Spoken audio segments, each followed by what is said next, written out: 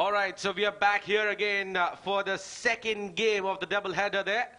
It's a Saturday, and we're live here from Sharjah Cricket Stadium for the third, in fact, the fourth game of the tournament.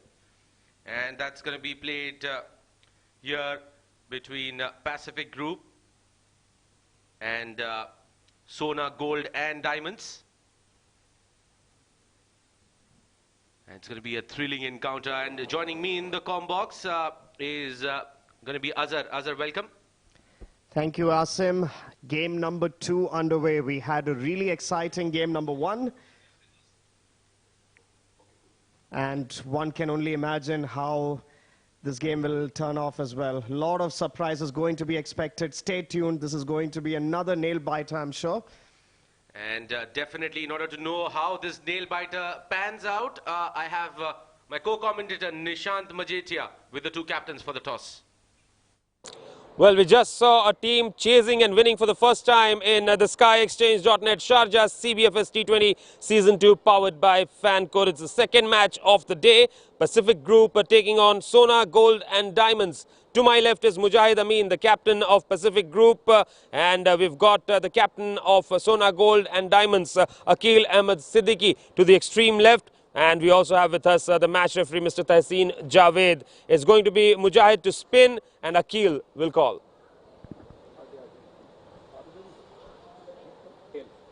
Tails is the call. Oh, it has landed here. It's a head, so you've won the toss. What will you like to do? हम लोग bowling करेंगे. Bowling करेंगे. कोई खास वजह उसकी? थोड़ा बहुत ड्यू फैक्टर हो सकता है और वैसे भी हम लोग थोड़ा प्लान ये करके आए थे कि बॉलिंग करेंगे, चेजिंग में जाएंगे. तो क्या लगता है आपको क्या स्कोर चेज करना कंफर्टेबल रहेगा इस विकेट पर? 150 से नीचे इजीली हो जाएगा. हम लोग इतने का प्लान करके आए हैं. कोशिश करेंगे इनको कम से कम पे रिस्ट्रिक्ट करें. 50 ओवर क्रिकेट से अब 20 ओवर क्रिकेट में जो आपको प्लान्स और स्ट्रैटेजी चेंज करनी पड़ेगी, कैसी तैयारी कर रहे हैं उसके लिए? उसके लिए हम लोग नेट्स रखते हैं, 1-2 नेट्स मैच से पहले रखते हैं, तो उस पर इंशाल्लाह हम प्रिपरेशन करके आए हैं. 3-4 टूर्नामेंट्स चल रहे हैं, तो हम यूज्ड टू हो गए उस चीज़ के. चलिए, ऑल द बेस्ट मैच के लिए भी और टूर्नामेंट के लिए भी. Thank you. Aqeel, lost the toss, what would you have done? Boss, हम लोग भी बैटिंग करना ही चाह रहे थे और हमको बैटिंग मिली है, तो हम लोग अच्छा इसको टारगेट देने की कोशिश करेंगे. तो अब उन्होंने बोला कि 150 से नीचे टारगेट रखने की कोशिश करेंगे. आपके दिमाग में क्या है, इस पिच पर क्या टारगेट अच्छा रहेगा? अभी ड्यू फैक्टर तो आएगा ही, तो हम लोग देखते हैं. अभी पिच का जो पहले मैचेस हुए हैं उसमें टारगेट रहा है 160 के आसपास, तो हम लोग कोशिश करेंगे कि हम लोग 170-180 स्कोर कर सकें. तो अभी टीम में क्या आपने चेंजेस लाए हैं 20 ओवर फॉर्मेट के लिए? क्या नई स्ट्रैटेजी लेकर उतरे हैं? इससे पहले हम लोग ने इधर T10 टूर्नामेंट खेला था, सेम टूर्नामेंट, और अभी हमें T20 में चांसेस मिला है, तो इंशाल्लाह कोशिश कर रहे हैं कि हम लोग और टीम में जो हमारे प्लेयर्स हैं इस पे यूज्ड टू हों और अच्छे परफॉर्मेंस दें यहाँ पे. चलिए, all the best for the game. Good luck. Thank you. So that's the news from the middle there. The Pacific Group captain Mujahid Amin has won the toss and he's elected to bowl first. Well, pretty interesting call out there from Mujahid Amin. Won the toss, electing to bowl first. They want to play the 4th innings out. Azhar, how interesting is that call here? I think it's a good call in my view, because we're not sure, as he rightly said, about the due factor playing in. But one can only say, because if you are able to put the batting line under pressure from the very beginning, try to restrict them to under 140 runs or so, they will definitely be able to. Before that, sorry to cut you off there, let's quickly look at the lineup out there for both the teams. Jiju, Hamdan, Abhay Jordan, Ansh Tandon, Fayaz, Irfanullah, Lakshman, Mayank, Mohammad Mudassar, Mujahid Amin, the captain, and Saqib Manshad. Talking about Sona Gold and Diamonds, is the captain Akil, Shamim Ali, Abdurrahman Tariq, Azim Sabir Ali, Mohammad Zuhaib Ghafoor, Siddiq Manuskaria, Azim Sheikh, Amir Azim, and Mohibullah Khan, and Mohammad Wasif. So pretty new faces out there for Sona Gold and Diamonds. And Pacific Group, as we have seen them pretty regularly in the A Division circuit. I mean, I'm pretty sure they're going to make a difference out there with that man, coming in their side, Fayyaz Ahmed. Yes, absolutely, Asim. Going to be a great contest regardless, I'm sure. The Pacific group, they're definitely the motivated side, no doubt about it. Have a lot of experience playing several tournaments of this nature, and they would like to put pressure from the very beginning. And Sona Gold, on the other hand, might be the surprise package. We never know. We never know about the preparation that they come up with, and the match will tell us in due time. Absolutely. But coming back to our discussion there about the toss, you know, it's about the fourth innings that we are talking about that they're going to be playing. You know, when you have won the toss, electing to bat first, yes, you do consider due as a factor, but you also need to bake in the fact that there is already a game that has happened wherein 38 overs have been played on that very track, and this track historically has turned out to be somewhere supporting the bowlers, balls turning square. It's not going to be easy in the fourth innings, my friend. Yeah, absolutely. There's no doubt about it. I think the captain would have probably looked into the first match and seen the way at which the chase was done, and probably thinking that maybe, yeah, we might be able to replicate this. If they were able to chase 162 runs, if we are able to restrict them to 140, 145, it might be a cakewalk, but nothing is a cakewalk ever on this ground. Nothing is a cakewalk ever in a tournament of this capacity, and we have to wait and watch and how this pans out. Absolutely, and out are there the two umpires who are going to be officiating the game, Asif Iqbal and Mujahid. They're making his way back. A busy day for Mujahid. He's standing in his second game on the trot here. Yeah, absolutely. Would have probably freshened himself up quite a bit, and then looking forward to another game. I'm sure he's had still the adrenaline rush he's got from the first match. All of us were at the edge of our seats, and yeah, we can hope for a game of that intensity coming back for the second one as well. Absolutely, and you know, especially considering the fact that the weather is getting cooler, it's getting pleasant out there. That's definitely going to be you know, a plus for these umpires who are doing the double duty as well. It's a double header, it's a double duty for Mujahid. Absolutely not that easy for them, no doubt about it, at least in comparison to us. They have faced the heat from 3 in the afternoon, if I'm not wrong, and they have another 40 overs to witness. I would assume 40 overs. One can only say from the match how it goes. Last match we saw that both the innings ended at 19 overs, and one can only hope for a full game for this match as well. Well, definitely, it's going to be a cracker of a game. Especially, we'll be keen to see how Sona Gold and Daimonds, they come out and perform. A couple of familiar faces out there playing, and only time will tell us how things are going to go forward. However, change here, coming back into the side there, Saqib Manshad. He was injured. He had his webbing, which was torn in that particular game, the split finger. And as a result, was sitting out for quite a long time in the Bukhatili. You can see that patch as well on his fingers still. Absolutely. And great commitment from Saqib as well for his team. And he will be definitely looking forward to a good comeback. With his injury in place, he should, and luckily for him, it's not his bowling arm. So the effect, at least on the bowling side, one can hope for is that he will give a blistering start for Team Pacific Group. Now, talking about you know, one of the openers out there who's now standing at the non-strikers end, Manu Skaria.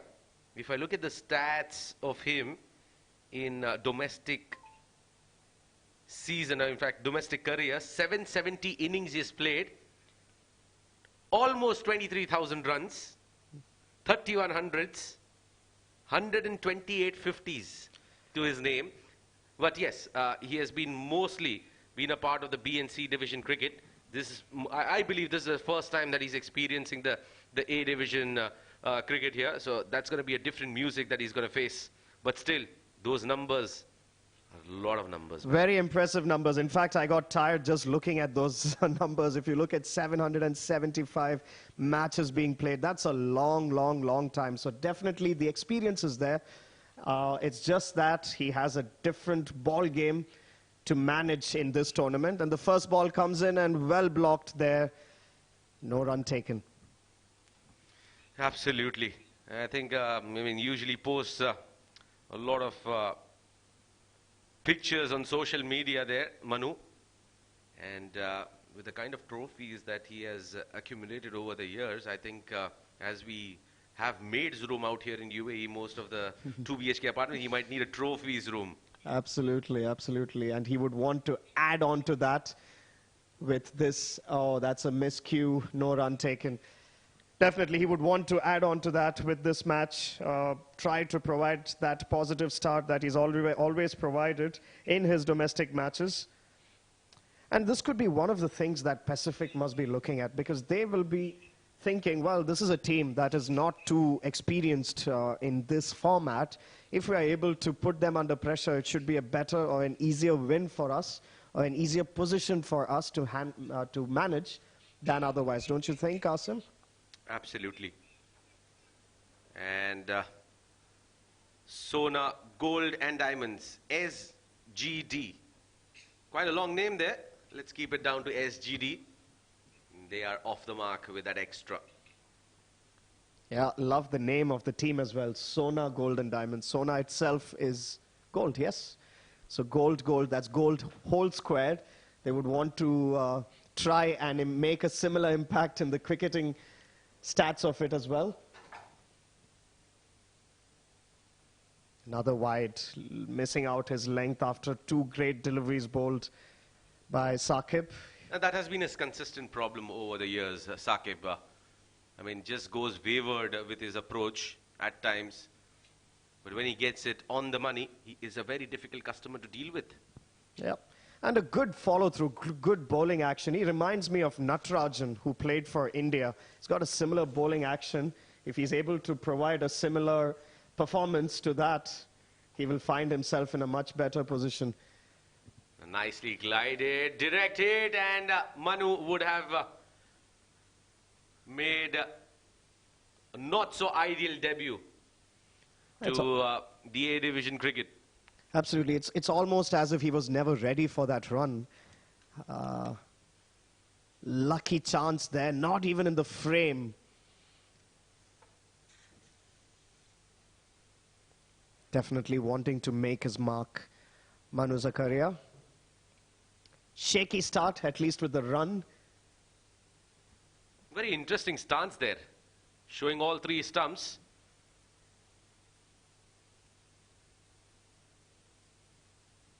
And just playing it with soft hands. Very interesting stance, very interesting bat position. Those runs, all those 23,000 runs wouldn't have come off just like that. So the technique and the stance may be different, but it's the impact that matters. And it seems that he will want to do that. There will be definitely some nerves playing in this particular case, but let's see. Well, trying to drive that, but away from the line of the ball completely. Yeah, absolutely. Almost 23,000 runs there. 23,000 runs, and yeah, well, with this stance, it's really surprising, and I'm actually quite impressed, because it's not easy. He must have some technique that we haven't seen yet, and he might just surprise us pleasantly. You never know. Well, we'll have to wait and watch. Well, that's the end of the first over there. SGD, they are 3 for no loss.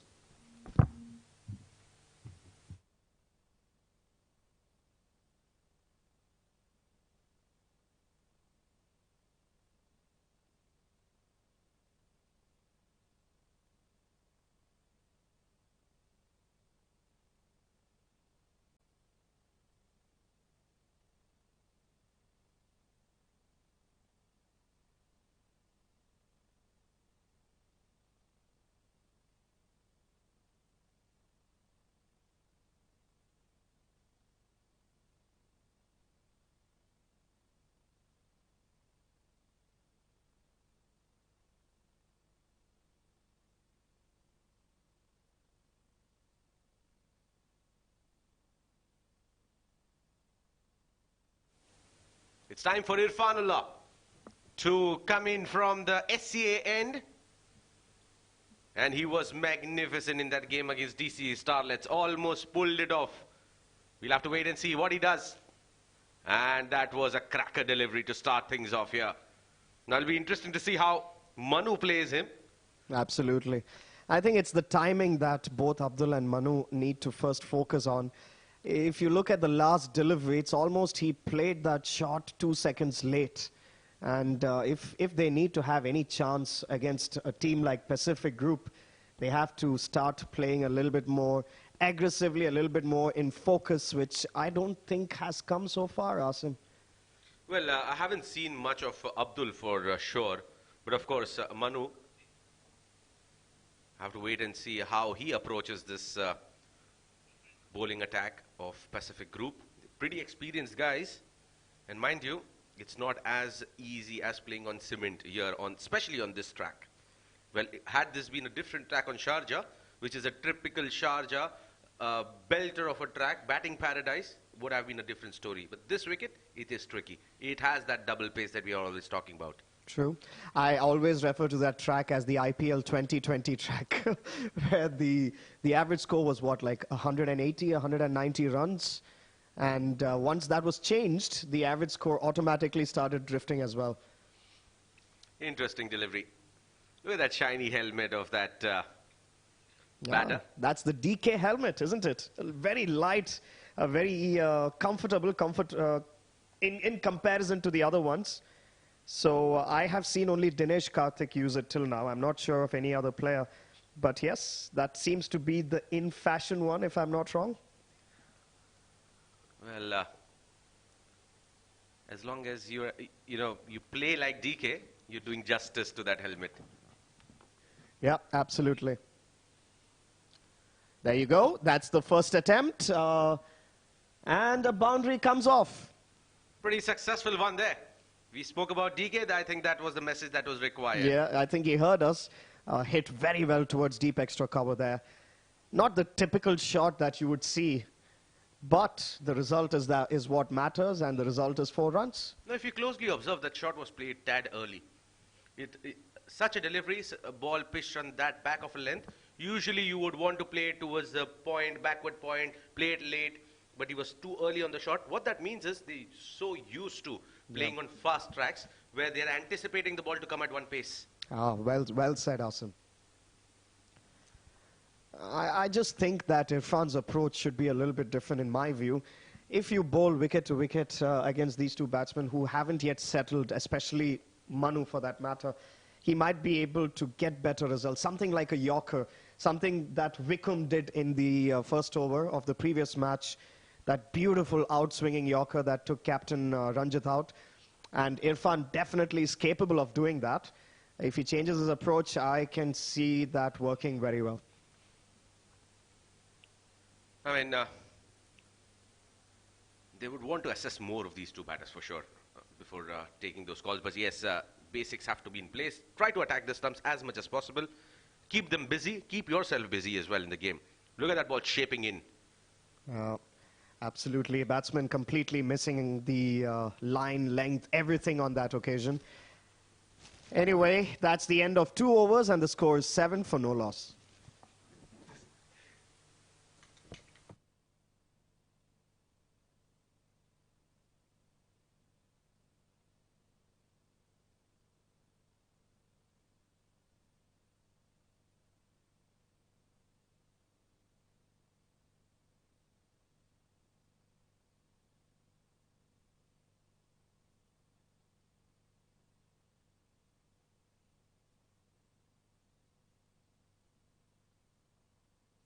A swing and a miss. So he said, I have seen what is happening on this track. Let me go after increasing it to making it 23,000 actually.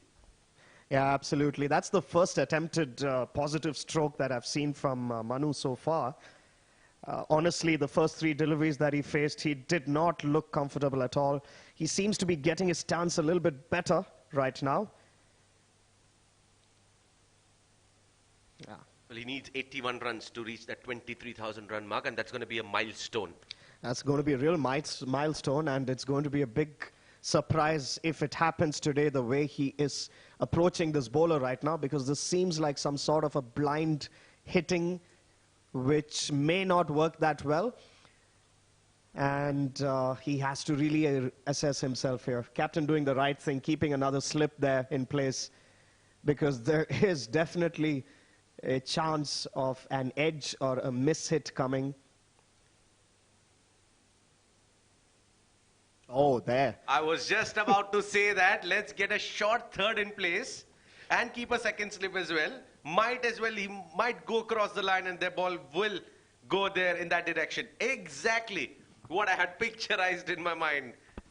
Honestly, if you have to ask me, this is some sort of a amateur-style batting so far from Manu. He really needs to get his stance right. He needs to see the ball. He needs to play the correct shot. Simply swinging the bat may not give you the right result. This time he was lucky. There you go. That's it. It's not happening in the Sharjah Cricket Stadium to 23K. It has to wait for another day. That's the end of Manu. Swings it hard, and Mayank Chaudhary making no mistake there. He is safe as a church behind in the slip cotton. And that's the end of the first wicket here. Manu Skaria making his way back, 4 of 7. And SGD, they lose their first wicket.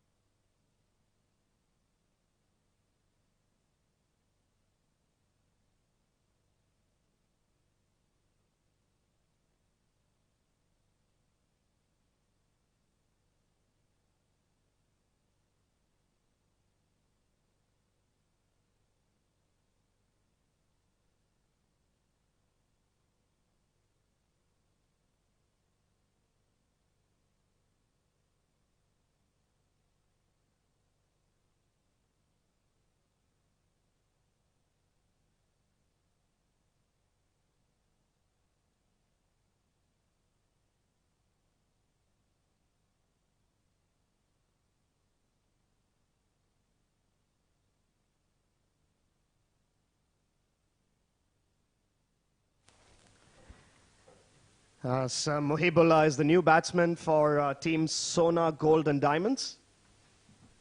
Well, not a Sona start here coming in for them. But they would be backing Muhibullah a lot, because I think out of the entire squad, I really feel that he is that man who they would back. Because former Caravan Cricket Club player, and he can lay in that sort of an impact in the game. Yeah, absolutely. They really need him to, the way they have started. Another miss. Good swing, good late outswing movement for Saqib. And at the end of 3 overs, the score is 11 for 1. Yeah. That's yours?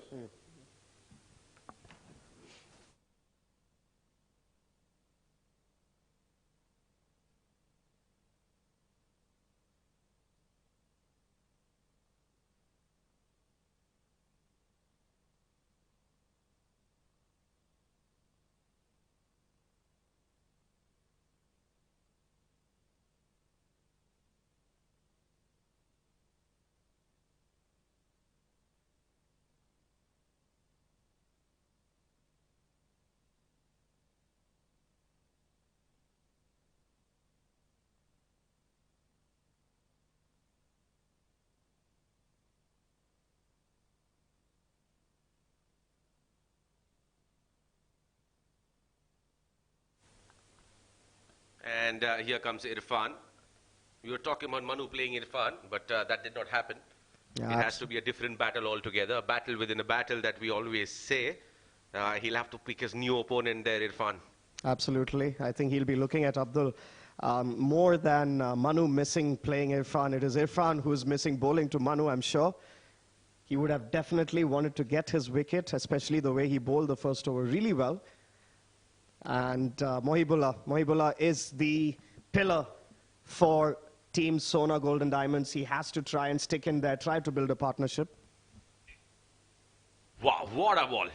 Excellent delivery.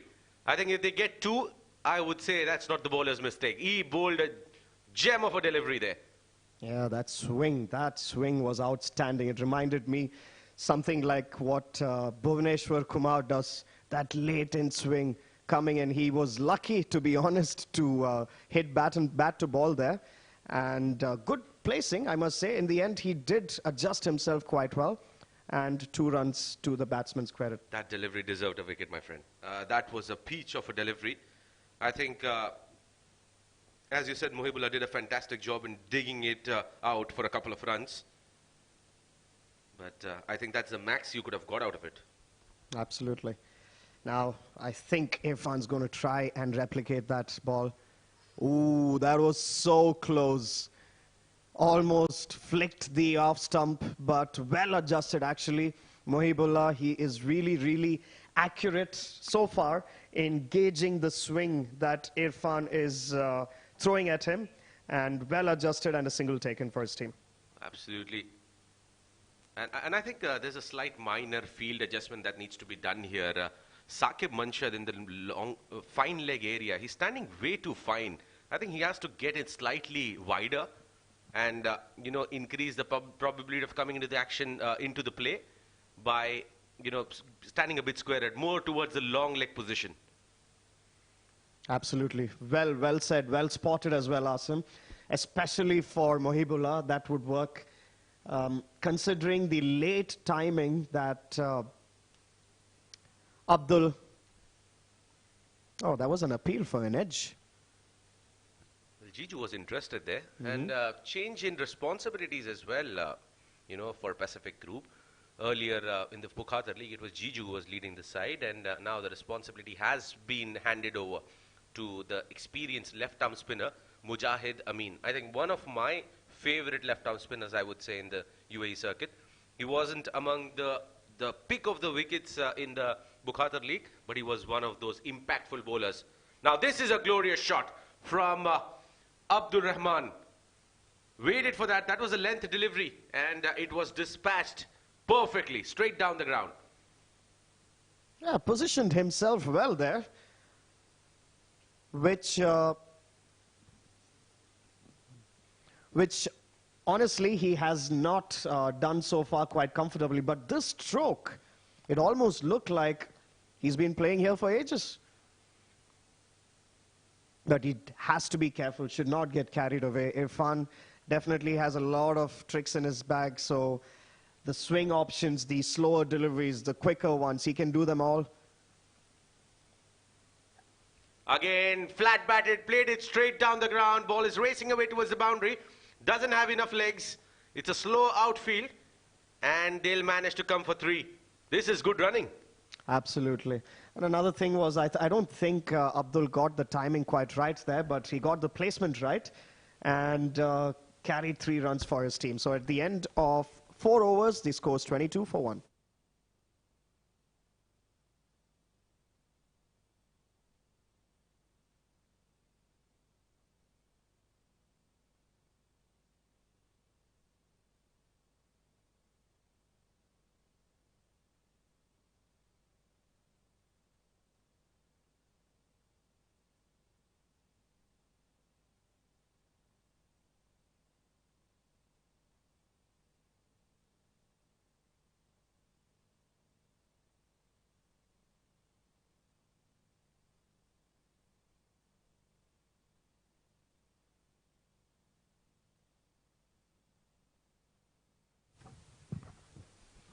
Now that's played it in the gap. We'll get a couple of runs there. So Abdul Rahman is playing against Saqib here. And he's looking confident now. As every ball has been bowled, he's looking a bit more mature, more confident with his approach. That's a good sign if you are a Sona Gold and Diamonds fan. Yes, absolutely, Asim, because if you look at the stance and all the shots that he played in the first over, I think it was just the nerves, and he's able to calm them down now, regain his focus. Maybe I spoke too early, and this always happens time to time. There you go. Another wicket falls for Sona Golden Diamonds. And look at that funny part from Fayaz. He's appealing. How was that? Well, that's out, my friend. Go and drop the batsman out in the pavilion. There's no doubt about it. Pacific Group is definitely enjoying this, and they must be considering this as probably a cakewalk win for them. But this is cricket. Anything can happen. You never know what kind of batting lineup Sona Golden Diamonds have towards the middle order and even the tail-enders as well. But that's the end of Abdul, who had a decent knock and a decent start for his team. 15 runs of 15 balls, and at the end of 4.2 overs, the score is 24 for 2.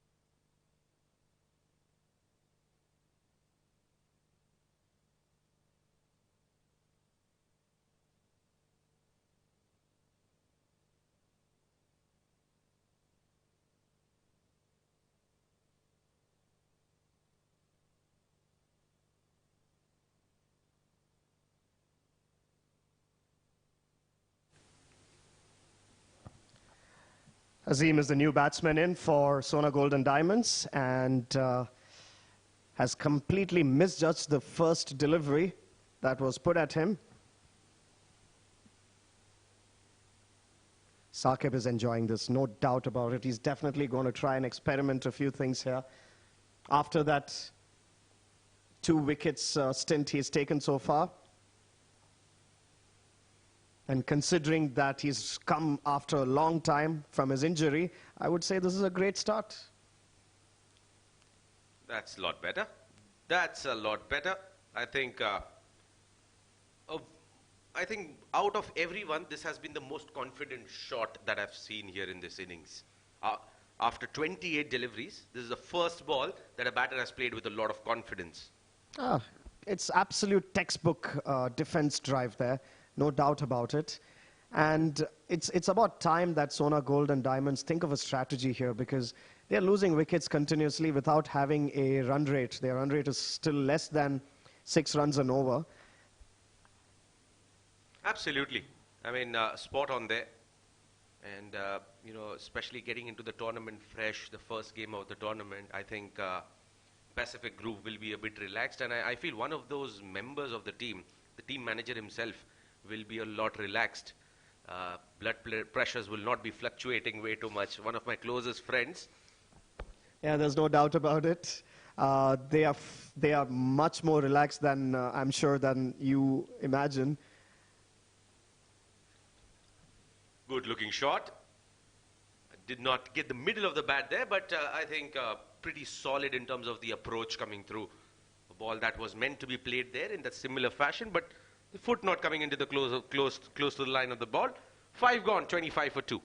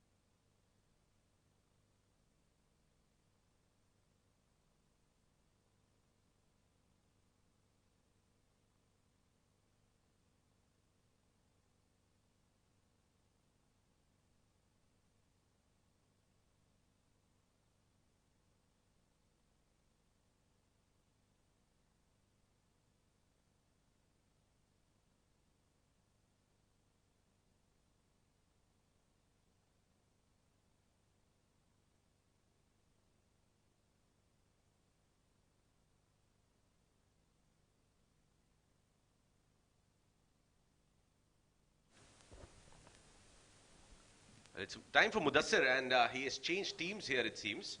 Part of the Future Matters team, and he has been recruited here by Pacific Group.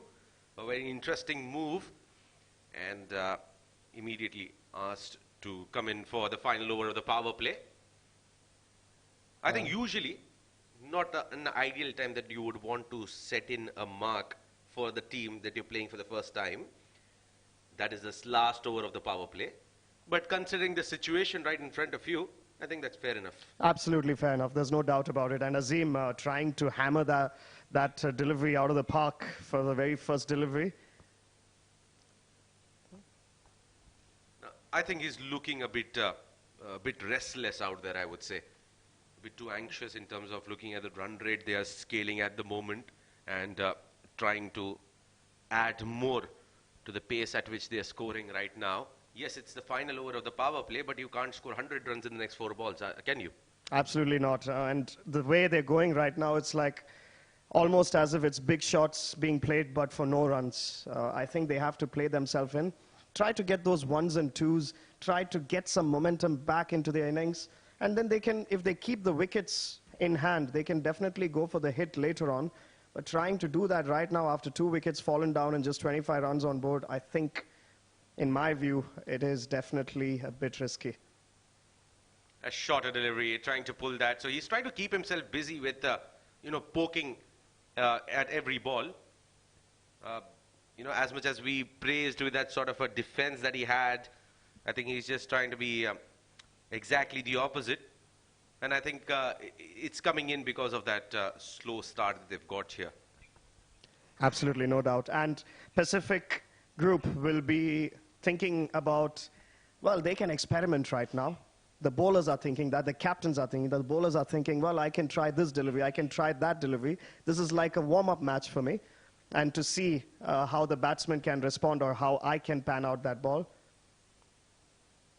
Now, that's a poor delivery down the leg side. Just trying to overdo things here. I mean, he hadn't conceded any run so far. But just bowling down the leg side. Well, I think Pacific Group does not need to experiment here. They have the game currently in their hands quite well, I would say. And getting just under 30 runs in the first 6 overs, that is a great position for the bowling side, for any team, for any tournament for that matter. Absolutely, and I think I would have actually got in a spinner here instead of a fast bowler. Probably to bowl in a much drier conditions right now, because as you said earlier that dew might come in, and so that's one of the reasons they wanted to bowl first as well, that the dew might come in. So why not bowl in a relatively drier condition and try to get most out of your spinners. There is enough purchase for the spinners. You might as well want to have the spinners bowling in when the ball is dry, when the conditions are drier, and especially when they've lost 2 wickets and they're not going to throw kitchen sink at everything. Yeah, I agree. And I think that's what the captain will be looking forward after the power play, I'm quite sure. Because, I mean, the way the way Sona Gold and Daimonds is going right now, they're going for a hit at every ball that's bowled to them. And in spin, that would result in a wicket or a 6, but... That's up in the air, that's skied. Lakshman Manjrekar settling underneath it and takes it comfortably. Look at that. How easy he has made it look. I told you, Asim, they're enjoying it. They are definitely enjoying it. And after taking that catch, it was almost as if it was a net practice session for him. He just sat down, relaxed for some time. And yeah, that's the energy of Pacific Group right now. Well, it almost popped out, and I think that's the reaction which is speaking out for Lakshman Manjrekar. Nonetheless, that's the end of the dangerous Mohibullah, who wasn't showing any sort of danger tonight. 3rd wicket down, 27 for 3.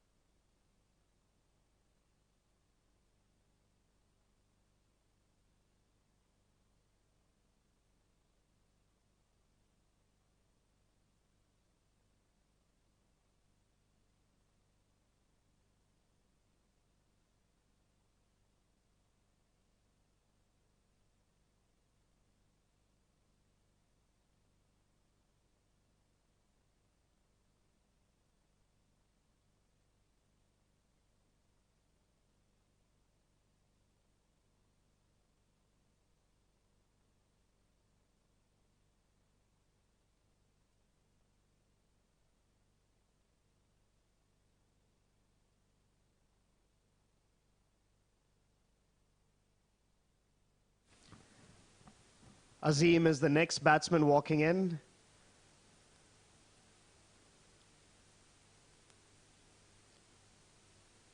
Jersey number 18, the same jersey number as that of Virat Kohli, and I can tell you, if he can provide the performance 100th of Virat Kohli right now, it's going to help his team quite a bit. Roger that, my friend. 27 for 3, the last delivery coming up of Mudassar. Good shout, but I think was drifting towards the leg side. Umpire doesn't think it's out. At the end of 6 overs, the score is 27 for 3.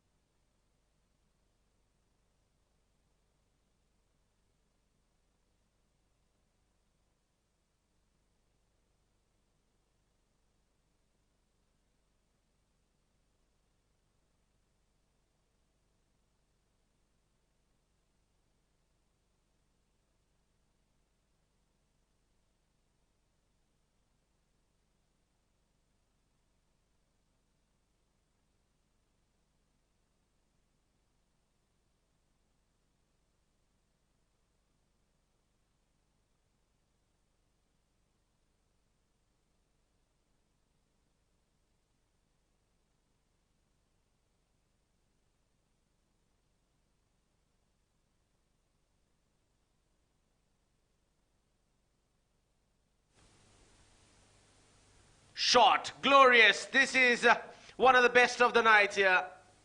Not sure if it's going to be the last one of the night, but yes, that's a good looking shot here from Azim. What a confident shot, and picked the right spot. That's a bad delivery as well, I would say, from Saqib Manshad.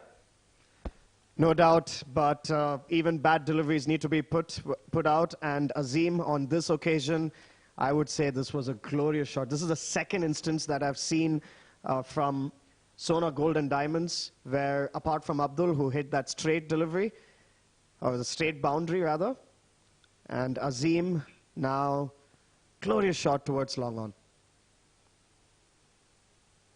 Seems to be getting some sort of confidence back in Azim.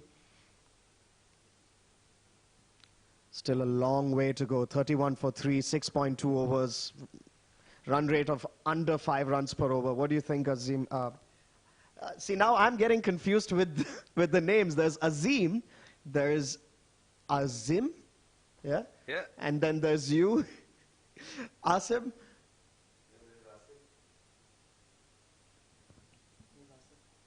And then there is a scorer, Asif. The scorer is Asif, yes.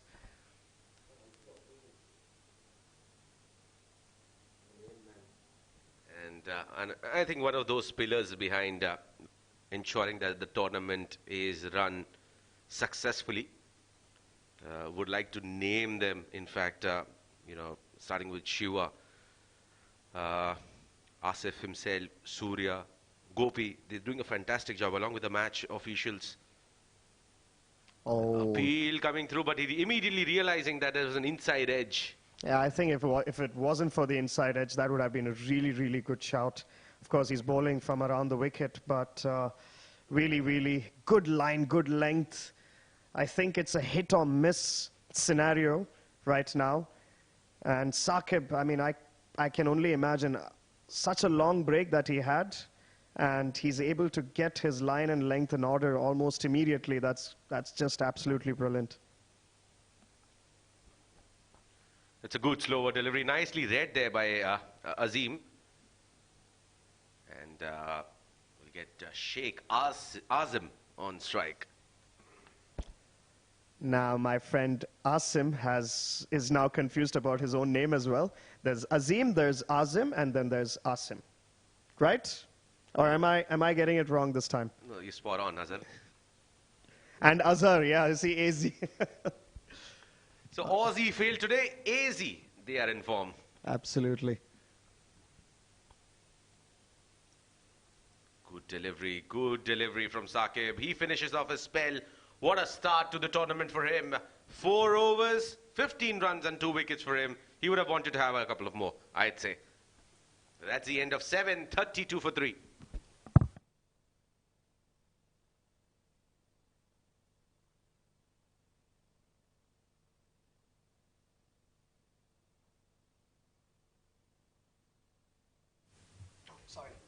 the sides?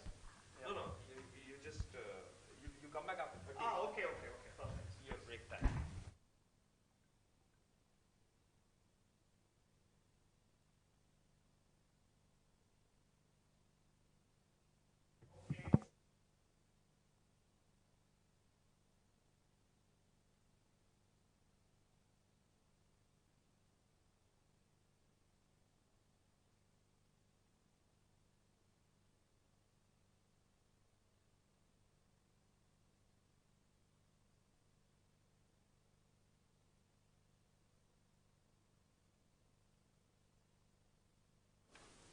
Wow, what a shot. This has been brilliant on the roof. Azim, you beauty.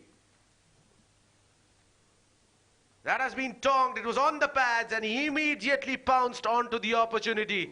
And to praise more about that shot, I have Nishant Majetia joining me. Nishant, what a warm welcome. Yes, cracking welcome on the first day of Diwali celebrations back home in India. I did hear the sound of a few crackers last night and felt at home. Well, as the tournament progresses, you will hear more of it. And as we are closer to Christmas, you'll hear more firecrackers because at that time it is S10. Yes, absolutely.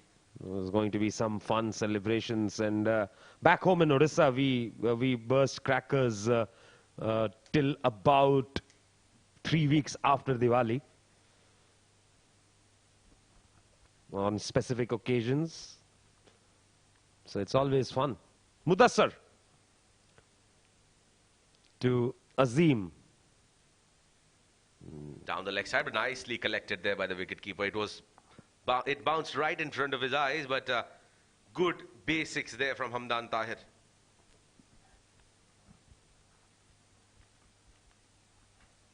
And he has been an improved cricketer over the period of time. I mean, the first time that I saw him, he was electrifying in the D10 edition, was playing for Fujairah, and he was behind the stumps, was slightly had some extra kilos then worked on his fitness, and he has been a different personality altogether. And I really love the way he has been, approaching his professional career. Now, to be very honest, I really like cricketers, in fact, people in general who always look to improve, always strive to improve, because as Navjot Singh Sidhu always used to say when he was active in the commentary circuit, the biggest room in the world is the room for improvement. Well, I think it is deeper than how it is said, actually. If you just go into it, I mean, with every ball that has been bowled in the game of cricket, there is definitely a lot of improvement. Not only for the bowler, for the batsman, for everyone for that matter. Again, that's tonked in the air. Chance for the fielder. He comes in, tries to settle in, but that will be just between the two fielders. So life here for Azim. He's living dangerously. He wants to take on to the attack here. And he has decided that he's going to go after Mudassar. Well, he changed his team, but going for runs still. Has managed to pick up a wicket up front, though. Will be very pleased about that.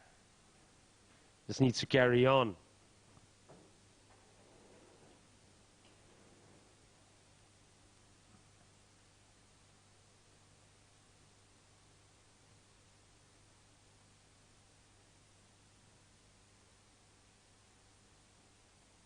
Oh, that comes back in very sharply there. Very, very well bowled indeed.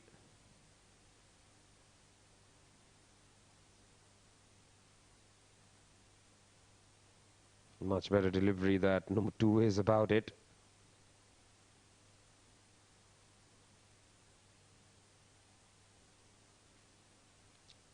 Mudassar, the 1 for 10 in his 1.4 overs.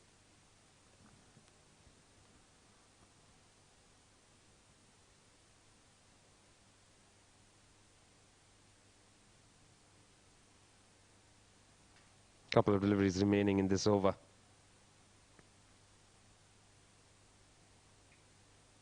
And he goes for it again. It's gone straight up in the air. And I guess it has hit the ropes. We'll have to wait for the umpire's signal on that one. That just kept sailing. And on the ropes.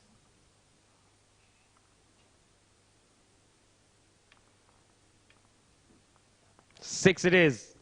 Well, Sake was actually closely looking at the ropes there, trying to find a dent on it.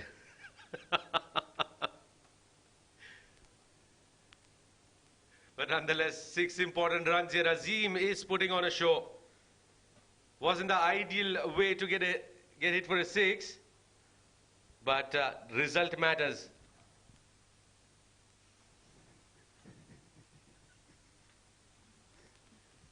So the run rate has now reached 6 and over.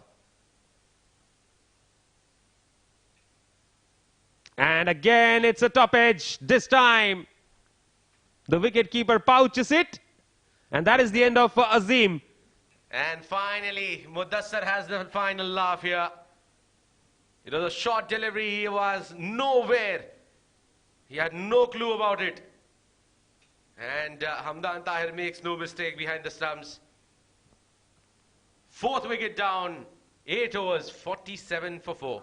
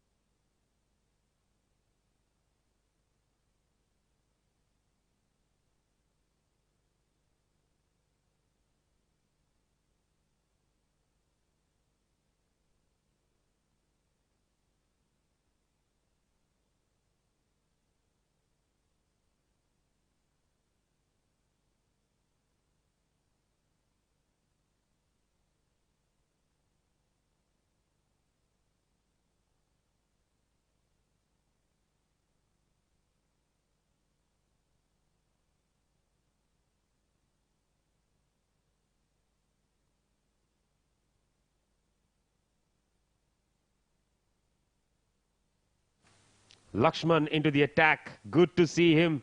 We saw him in the first game in the Bukhatar League. Didn't see much of him after that. And again, not very well timed, but he has hit it in a safe zone, Azim, in fact, and they'll pick up a single.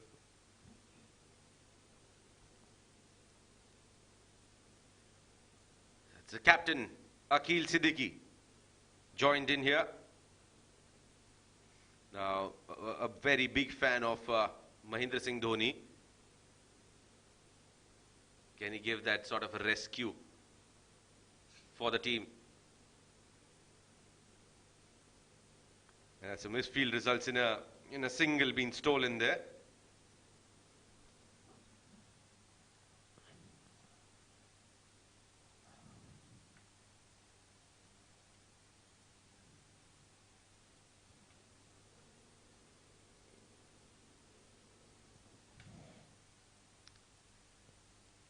That's bunted away towards the mid-wicket, straight to the fielder, will pick up a single.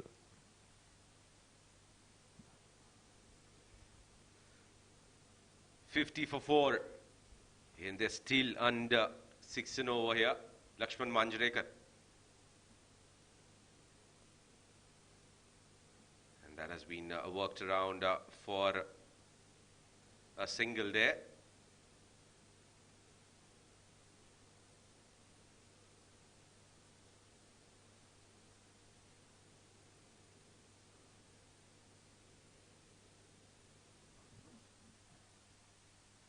A big heave, chance, but only to fetch the ball from outside the ropes.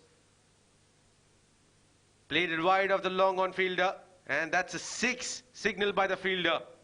You'll have to closely check. And looks like, yes, that is the 6.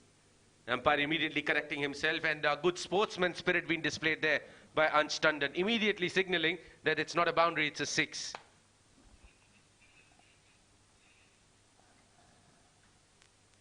So 9 overs done, it's 57 for 4.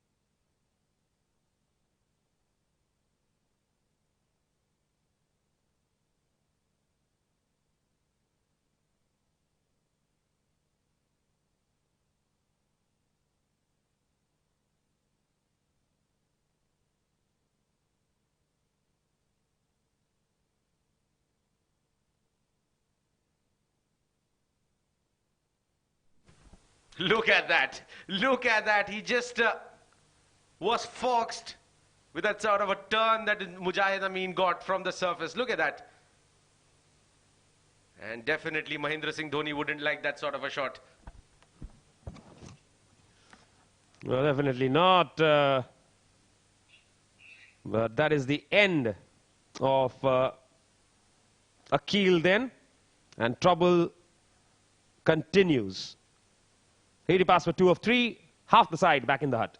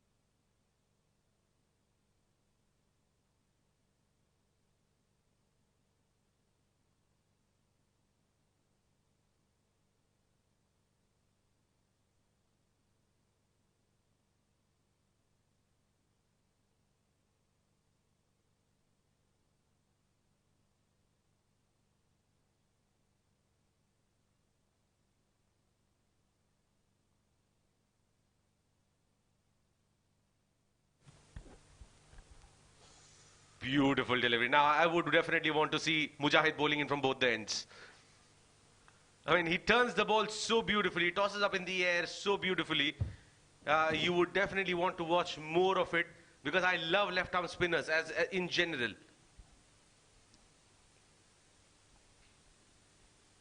And Mujahid is just very accurate. We've seen that a lot. He'll mix it up very well.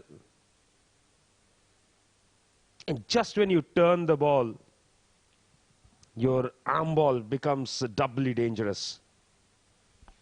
Exactly, and you got to give credit to the kind of support you find from the surface, and then your arm ball turns out to be a lot more effective, because then the batters actually fear both. Well, if you have that sort of a power, you shouldn't fear anything. I think he picked the right end to hit that shot from. Had he hit it from the opposite end, that would have been caught at deep mid-wicket. Well, that was a short delivery, but that long handle of Azim Sheikh comes in play and tonks it towards the mid-wicket. So finally, they have gone ahead of 6 and over. 64 for 5 in 9.4.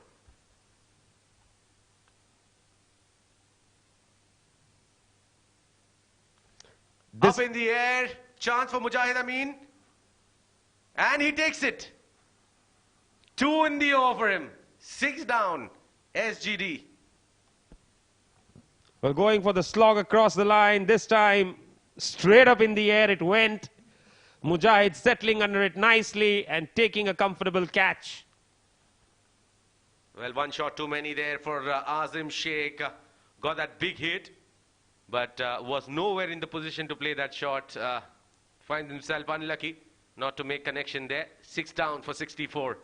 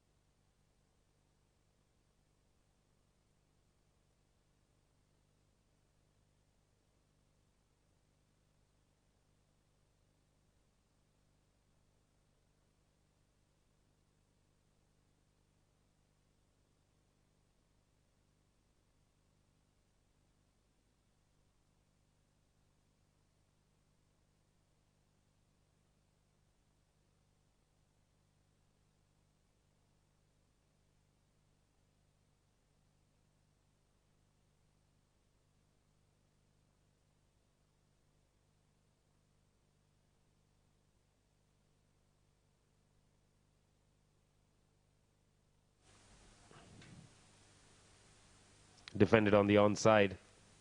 That will be the end of the over. 2 wickets and 7 runs served from it. 10 bowled at 64 for 6.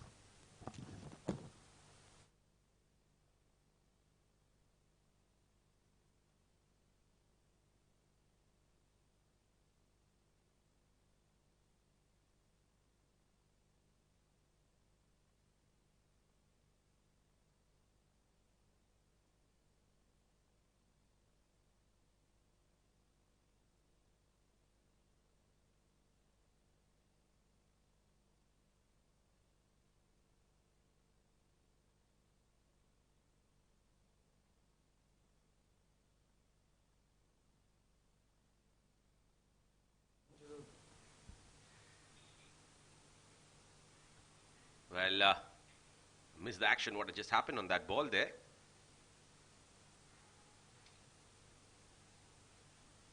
And different looking aggressive looks there on the batter. Shamim.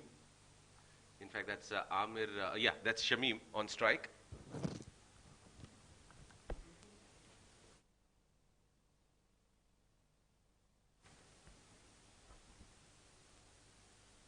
Nicely played towards the sweeper cover. That's going to be a single.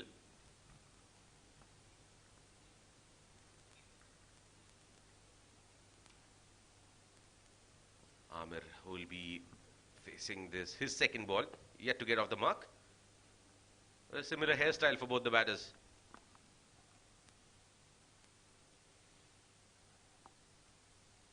Another defensive prod there. That's Amir Kashmiri. And he can hit big hits. Not that way for sure. Lakshman was very keen on that appeal there. I don't think there was any way that could have been given out. Well, Nishant, take your words back. Nice. Take your words back, my friend. Still feel, It was a very interesting appeal. yeah, but still feel that 3 stumps visible, two stumps at least were visible. Well, it flicked off the pads while on its way. Well, he was trying to pull it back. Right. And lucky couple there for Amir. In fact, wants 3.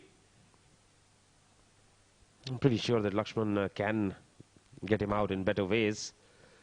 11 bowls, 67 for 6.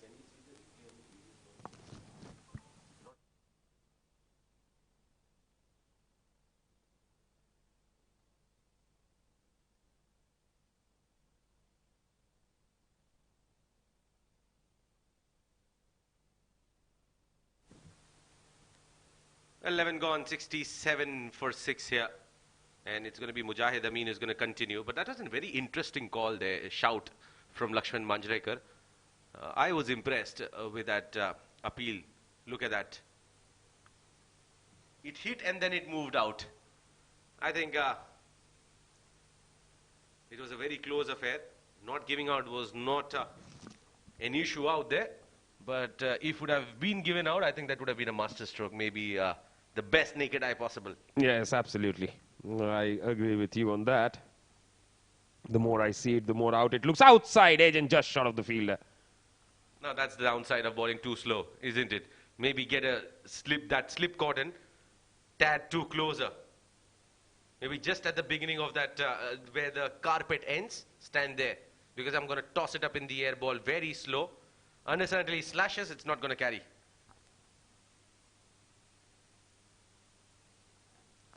Very nicely bowled. Defensively played. A very cool character there, Mujahid Amin. I mean, definitely would have made a lot about that during the toss as well, during the interview. Doesn't speak a lot. Very calm, very composed. Just likes to do the ball. Let's the ball do the talking. And been one of those silent assassins that teams have had. Played for UBL, Al-Farah. That was an arm ball. Played it down towards the cover sweeper for a single.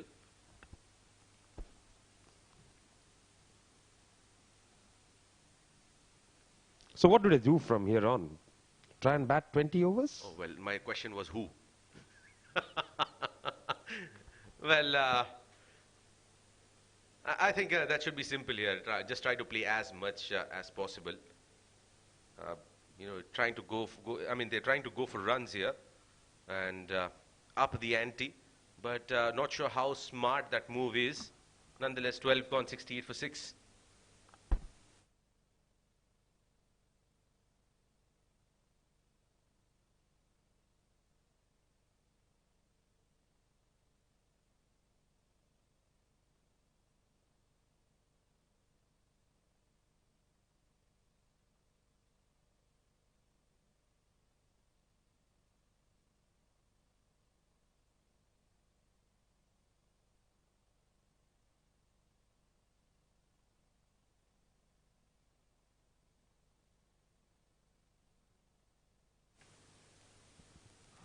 A good delivery there from Lakshman Manjrekar. Now, talk about Lakshman, he's not a big turner of the ball there, but has been a value add in terms of especially those arm balls that he gets in, fires it in.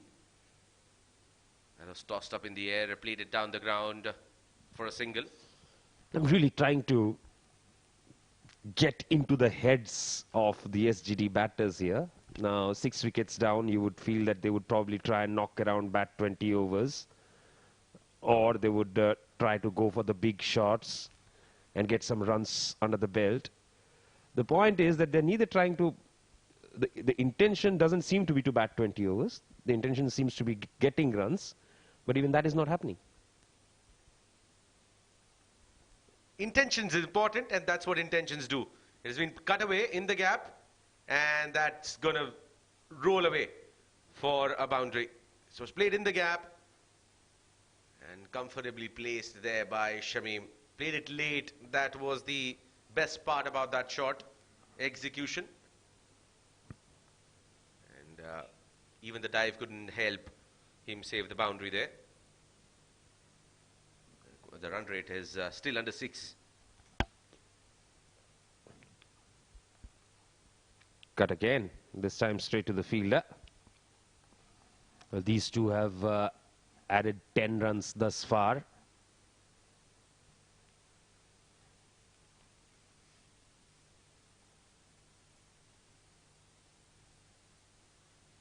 Good shot. Positive shot from Shamim, and Mayank Chaudhary, he slips and gets a couple of runs there. Shamim. 13 overs gone, 76 for 6.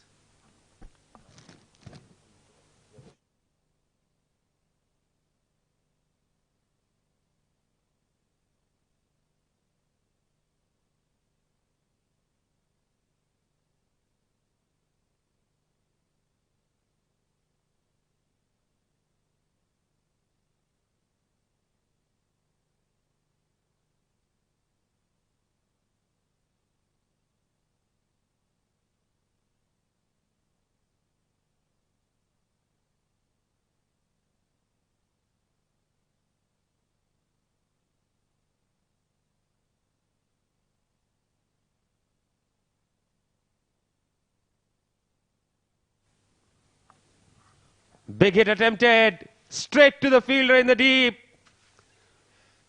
And what a fantastic time for Azhar to come back into the com box. Looks like he's not a very good sign for the batting side. Definitely a good side for the bowling side, I must say. They were just trying to find momentum, and a much needed momentum that was required for Sona Gold did not happen for Amir Azim Kashmiri in this match.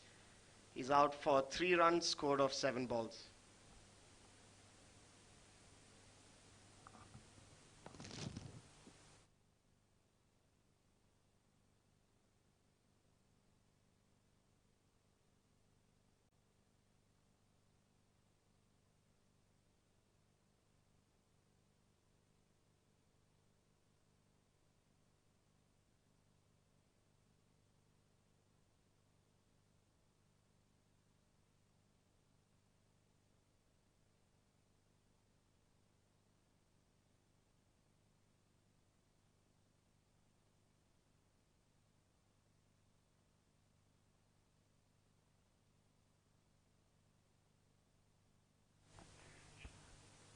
Wasif is the new batsman for Sona Gold and Diamonds.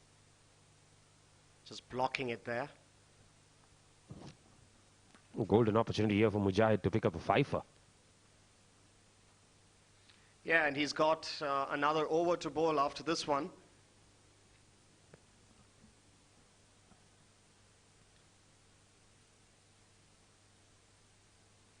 Oh, that was so flighted. One of the most slowest deliveries that I would have ever seen from Mujahid. Just tempting there, isn't it? And what a dangerous shot to play. Absolutely. For a number 9 batsman. Very well bowled. Just love his variation, right? Ishant, if you look at it, the previous delivery was such a slow, flighted off spinner, and this one nipped back in.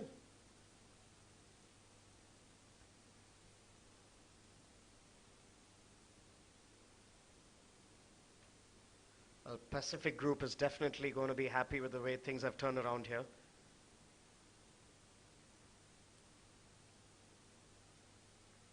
I think what Sona Gold will be looking at would be to play them off, try to play and bat all the 20 overs, try to reach that score of 130, 135 runs, and see if they have a fighting chance.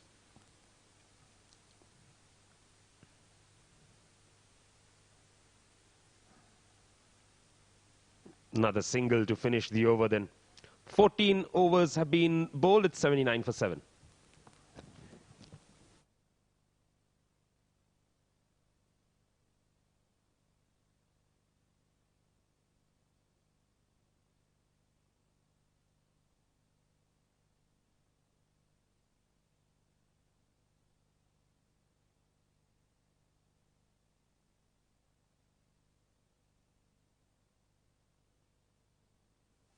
Looking over at the bowling performance from Pacific Group so far, Saqib absolutely impressive there. Saqib and Mujahid both.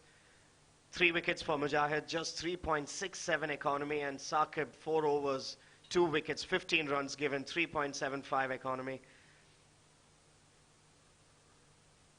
Ansh will bowl his first over of the match today.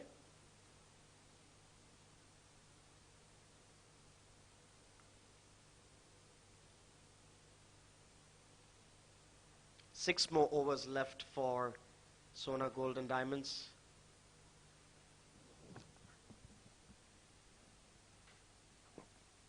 So more spin. Yeah, getting through the over rate rather quickly here, Pacific Group. And they've done a good job, 7 wickets taken.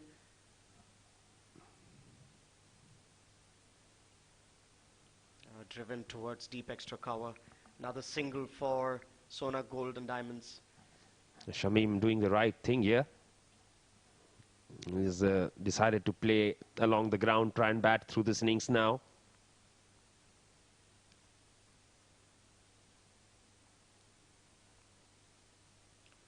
Flighted and driven towards long on for another single. The spinners are doing a great job. Now, if you look at the approach from Tandon as well, trying to tempt the batsman to go for that big shot. He's got all the cover up there. He's got long off. He's got deep mid wicket. He's got deep square leg.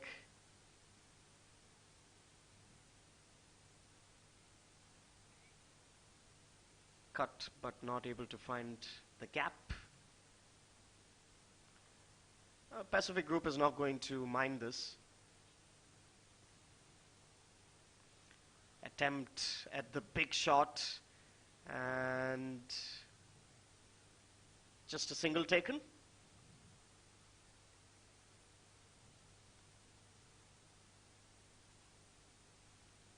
So last ball of the over. Oh, it's a no ball and a free hit. Okay then, opportunity for Wasif to get some runs here. And he looks to go for it. Hasn't timed it well enough. Will hole out to the fielder in the deep and they'll manage to pick up 2.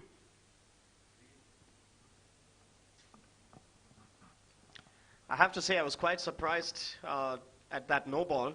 It's fairly unusual for a spinner to be stepping over the line. I think you're being too lenient. I always feel it's criminal for a spinner to bowl a no ball. No doubt. 15 overs, bowled 86 for 7.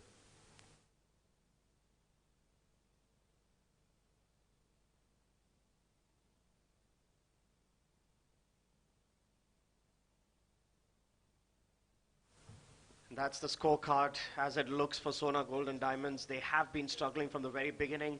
Abdul making a mark, a 2-digit score, but Manu, Mohibullah not contributing to the scorecard that much. Azim did have a little bit of a partnership going on there, but that was also short-lived. And now Shamim and Wasif trying to build the momentum back into the innings for Sona Gold and Diamonds. That no ball did help, of course. Oh, attempt at a blind hit. Like you said, Nishant, he has the opportunity to get that 5er. He's got 5 more deliveries to make it happen.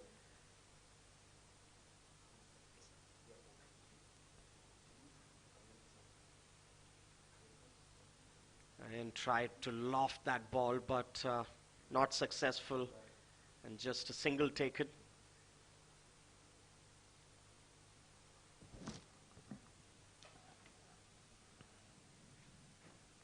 So Wasif 6 of 8 is what he's batting on. Mujahid in his final over.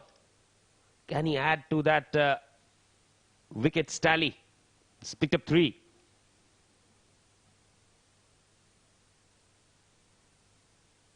No room given there, but they'll still manage to pinch a single. Good running between the wickets. Yeah, the batsman definitely struggling to find the timing. They have to judge the ball first because he has some turn, Mujahid. He can also, he's very capable of bowling that odd arm ball. Yeah, that's a replay almost of the second delivery that was bowled.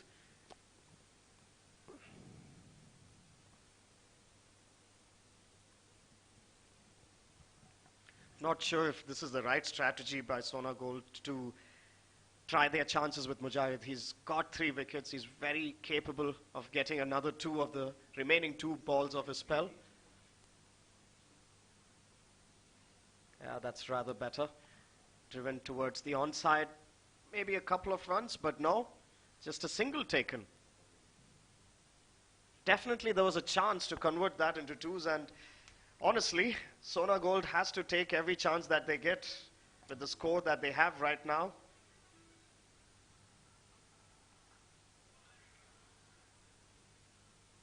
Flighted delivery. Almost waited an eternity there, Wasif, to strike that ball. But anyway, a single taken and the end of a great spell by Mujahid. 3 wickets for 4 overs and just 15 runs given. Missed out the 5er on this occasion. So Mujahid and Saqib both Similar bowling figures, except that Mujahid managed to get a wicket more. Lots of options still for the captain of Pacific Group. Irfan, Mudassar, even Lakshman for that matter, and Tandon, who just started his spell recently. 4 overs left. Oh, they're thoroughly enjoying this, aren't they? That's a mighty hit.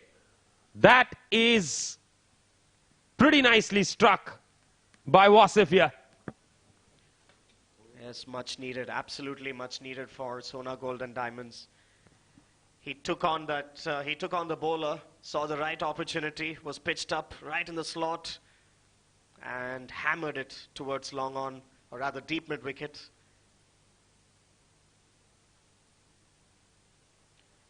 Uppish cut, and could be a couple of runs here. Another single. Closing in on the 100-run mark now. Sona Gold and Diamonds. I always thought there was another opportunity for 2 runs that was missed out. And Sona Gold and Diamonds, definitely, they have to take those chances. If you have an opportunity to convert 1s into 2s, you got to take it. Just get a feeling that Wasif is not too keen on running. Yeah, absolutely. He surprised us this time. There you go, 2 runs taken. One of the things is that Shamim has so far not been successful in middling the ball that well.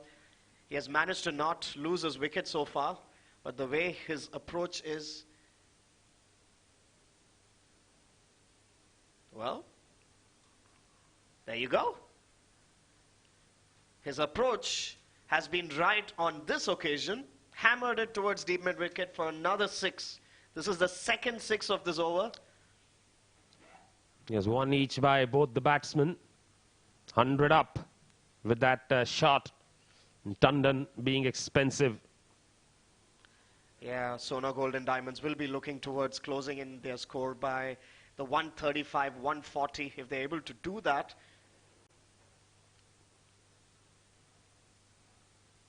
yeah, that's it. That's the end of Shamim.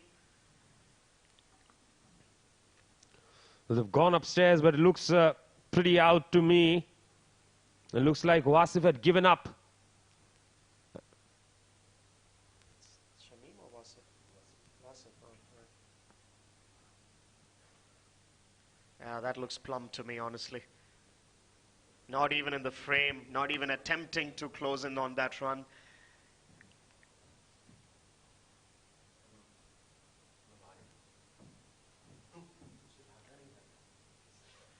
So that's the end of Wasif. A good score, I would say, under the circumstances. 15 runs of 12 deliveries taken for his team. And Sona Gold and Diamonds are now 8 down for 105 runs at the end of 16.4 overs.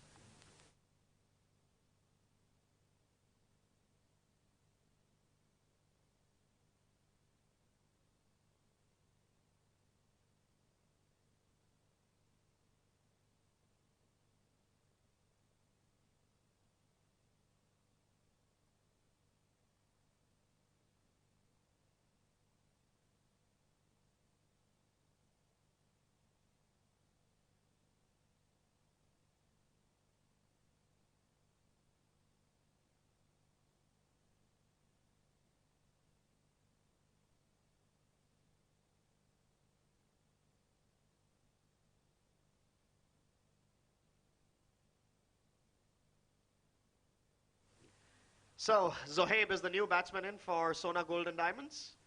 Just blocking it comfortably there. And at the end of 17 overs, the score is 106 for 8 runs.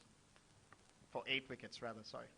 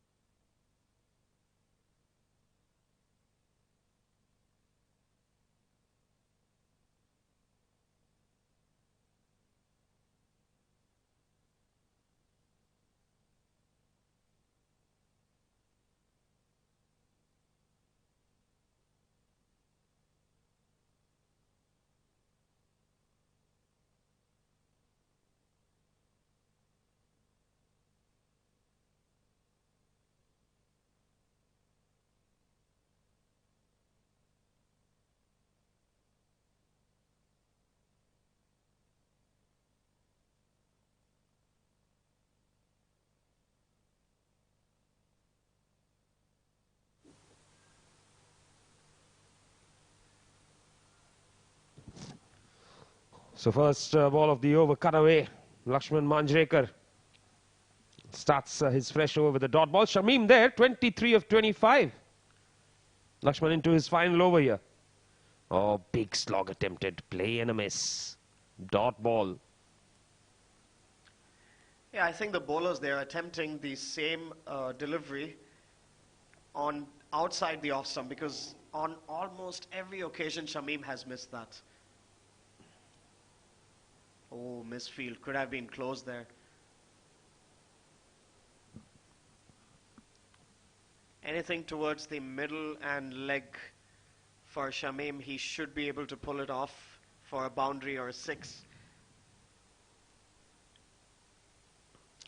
Too close for the cut shot there. Zohaib coming into bat at number 10.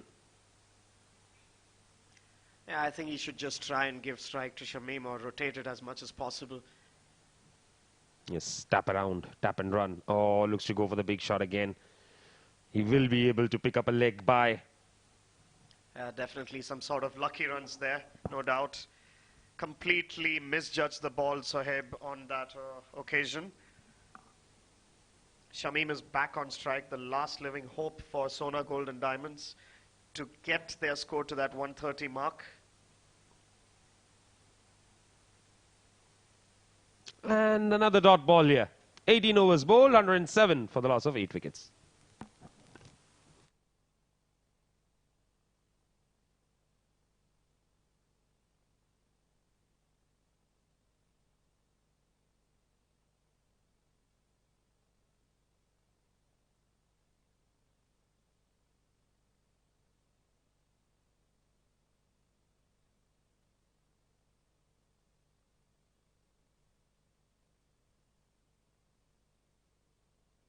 The fall of wickets has been rather consistent for Sona Gold and Diamonds. 11 for 1, 24 for 2, 27, 47, 57. None of the batsmen really settled in. We did see traces of some sort of hope for Sona Gold from Azim Sheikh. Did hit a couple of huge sixes there. But from there onwards, there has been no consistency. So Mudassar is back into the attack. He would want to clean this up, try to get another 2 wickets to his name if possible.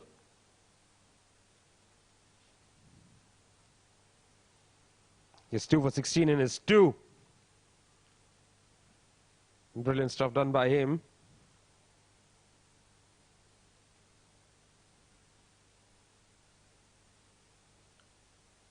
Oh, looks to go for the drive there. Clean a miss. Dot ball. Yeah, he hasn't really middled any ball till now, Zohaib, and I would think that he would be rather better off trying to give strike to Shamim, who's been there in the middle for quite a while. 0-4, whereas Shamim 24 of 30.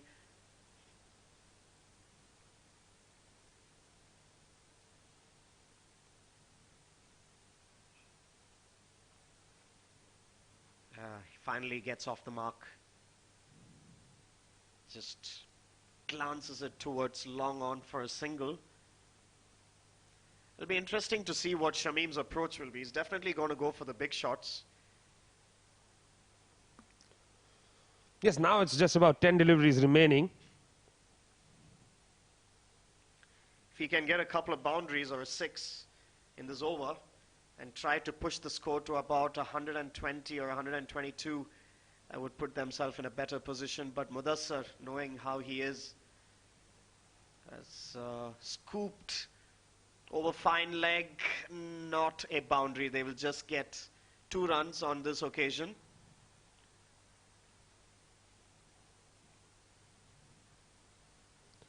So Shamim, 26 of 31, has been the top scorer, doing very well. Very well under the circumstances, for sure, no doubt. But is this total even remotely competitive against the batting lineup of Pacific Group? You never know, because sometimes it's these low-scoring matches which end up being one of the bigger thrillers.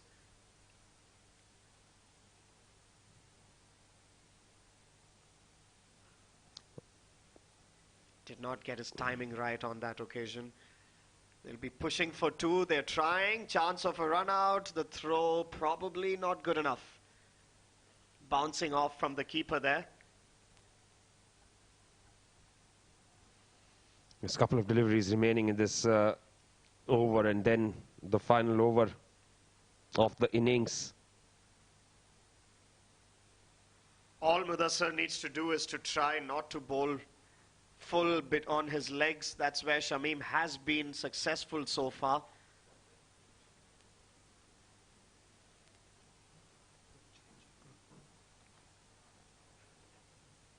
Oh, Yorker attempted, miscued from the fielder there, the keeper rather. And another run. We have to wait for the umpire's signal, but I think it's byes.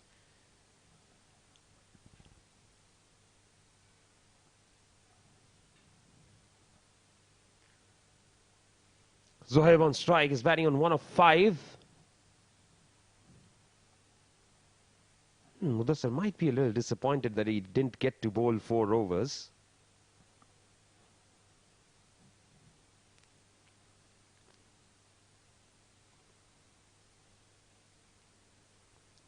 Nicely played, but a good stop there. Just a single. It will be 19 overs bowled. It's 114 for 8.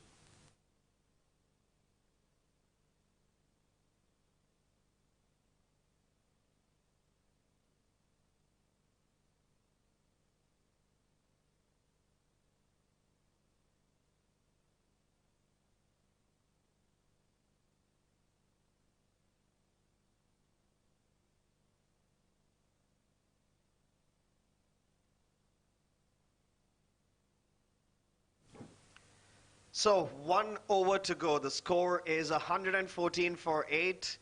Zohaib has managed to stick in there.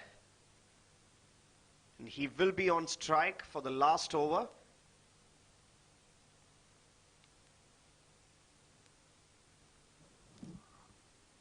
Which will be bowled by Irfan by the look of it. Hasn't got a wicket to his name, but he did bowl well.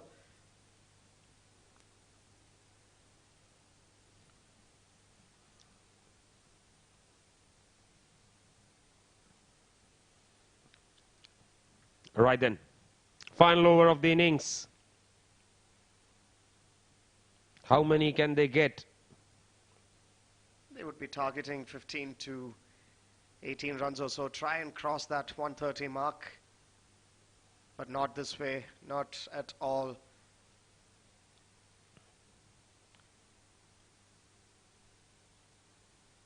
Irfan was probably trying that off-stump Yorker. Shamim going up to Zohaib, probably asking him to give him strike.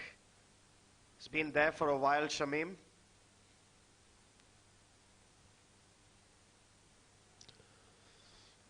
Yes, Shamim would have wanted to keep strike as much as possible in this particular over. And again, playing a miss. This time he goes for it. The underarm flip doesn't hit the stump, so they will manage to pick up the single.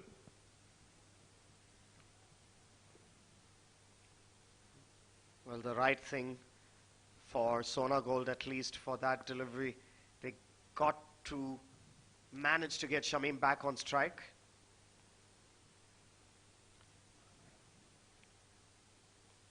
Now, Shamim will be trying to end things well here for Sona Gold. Still has 4 deliveries to go. 4 deliveries, 4 potential boundaries that he can hit. Very optimistic of you, Azhar. That slapped away nicely. There is a sweeper in the deep. They'll have to come back for the second. There's no other choice. They managed to pick up 2. So 3 more deliveries.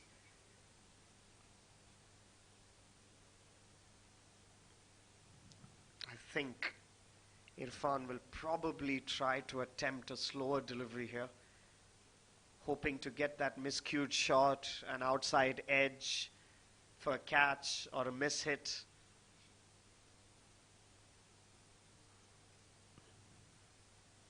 Oh, good shot. Very good shot from Shamim there. He will just about miss out on getting the boundary. It's been a slow outfield, isn't it, Nishant?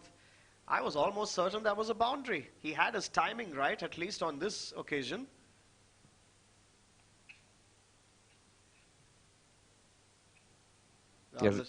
Yes, it was pretty well timed.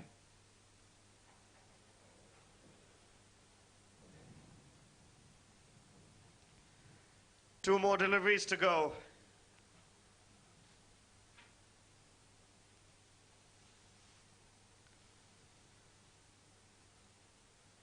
Cut and misfielded there. Opportunity for... Oh, Shamim has sent back Zohaib, and that was a dot ball. Not a single run taken. Well, I think probably they had targeted 120, so they're reaching there, so they're okay with it. Well, I think there was an opportunity there to get 2 runs. So Shamim will face the last delivery. The question here is, can Shamim get a boundary? Slapped straight back past the bowler, and he's not running for it. He's confident it will reach the fence. It does, and he finishes off in style with a boundary. 123 for 8, Sona Gold and Diamonds. And the way they were going off at the first 6 overs, I would think they would be partly pleased with the outcome. However, the question is, would that be enough?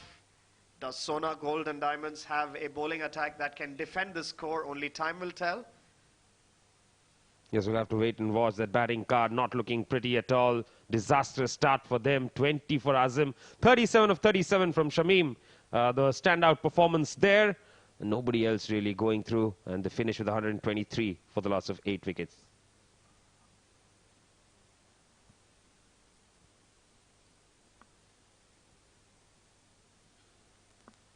As far as the bowling was concerned, Mujahid pick up the bowlers, 3 for 15 in his 4 overs.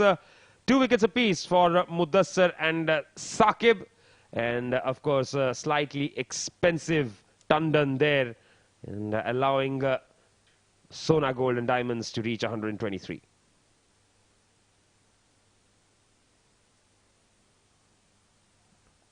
So the target for Pacific Heroes, Pacific Group, beg your pardon, is 124 in 20 overs.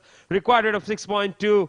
Should not be that big a task for them. What happens is something we'll find out after a short break.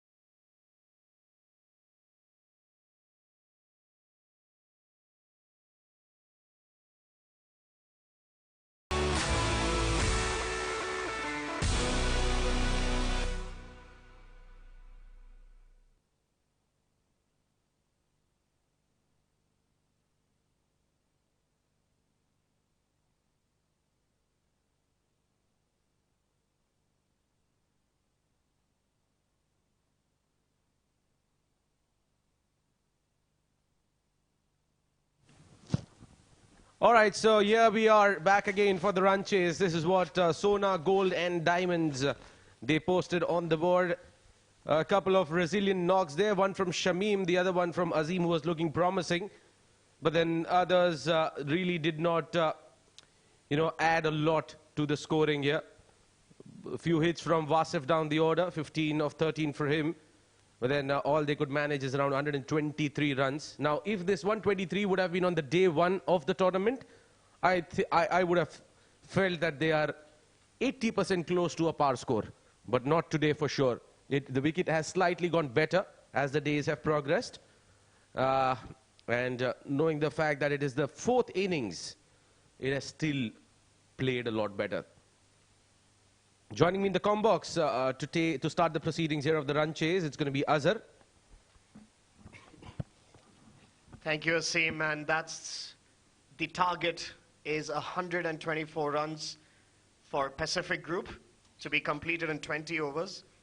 And we have to wait and see how the bowling attack of Sona, Gold and Diamonds pan out. They still need 6 runs per over, or rather a little more than 6 runs per over. It all depends on if Sona Gold can manage to put some sort of pressure into their bowling attack early in the innings. And if they are able to do that the way Pacific Group did to Sona Gold, then maybe they have a chance. Well, definitely they'll have to start nailing it right from ball one. I mean, they were not impressive with the bat, but definitely they would want to leave a mark with their bowling efforts here in the Sharjah Cricket Stadium. It's Muhibullah who's the man behind the gloves there. He'll have to do a lot in terms of marshalling the troops, in terms of the fielding department. But it's going to be a tough affair to restrict a mighty Pacific Group. They are without Mohammad Wasim, who's, I think, was just arrived from Australia. I think trying to take some rest till the time he gets back into the domestic circuit after the national duties. And here we are. It's going to be Hamdan Tahir will be facing alongside Jiju Janardhan and his partner.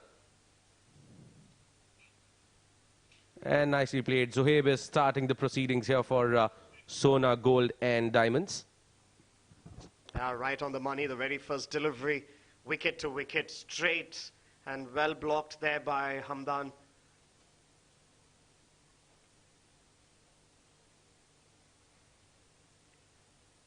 Pacific Group rather, will be thinking that this is a score that if they play sensibly, not take too many chances, they'll be able to easily cover it. And a wide signaled. First runs on board for Pacific Group.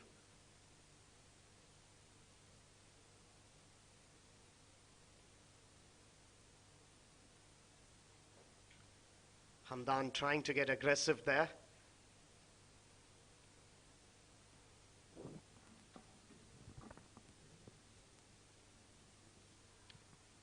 Placed it straight to the fielder. He makes no mistake. And it's Azim who has taken the catch. So finally, a good start here for team Sona, Gold and Diamonds. Hamdan Tahir departs, checking his shot. And Azim making no mistake. So it's 1 for 1 here for Pacific Group. Yes, definitely a bit of an anticlimax. Hamdan, who was probably trying to settle himself, miscued that shot completely. And Zohaib draws first blood for his team.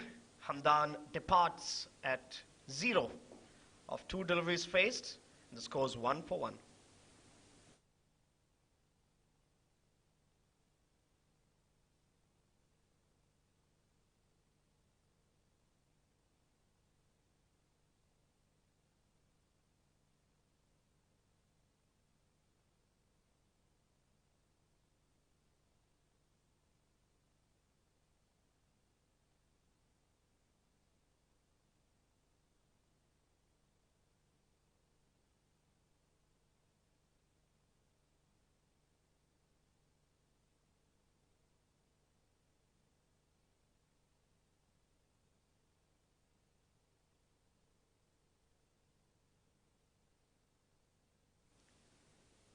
So, wicket of the very third ball of the match. Abhay comes in now. He's the man to watch out for. He had scored in excess of 220 runs in just 3 games in the Bukhatar League. It'll be interesting to see what he has to offer on the plate in the shorter format of the game. 50 overs? Yes, definitely proved himself. Now it's time to prove his worth here in the shorter format. Coming in early in the innings here. Here comes Zohaib. What a delivery. Swinging in and nicely dealt again by Abhay. Gets off the mark with a couple. Yes, managed to find that gap there. Really, really good delivery there by Zohaib. I think it almost surprised Abhay there, but he adjusted really well towards the end. In swinging, Yorker almost. I think a very good delivery here coming in from Abhay. From Zohaib. And I think as a batsman, you would definitely want to pray that it somehow hits the bat. If it's pitched full, swinging in, it's always difficult to get away from such deliveries.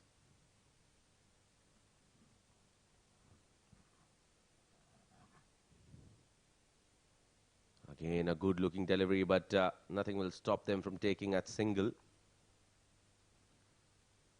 Well, bowling around the wicket, I kind of assumed that they would put another fielder towards the leg side.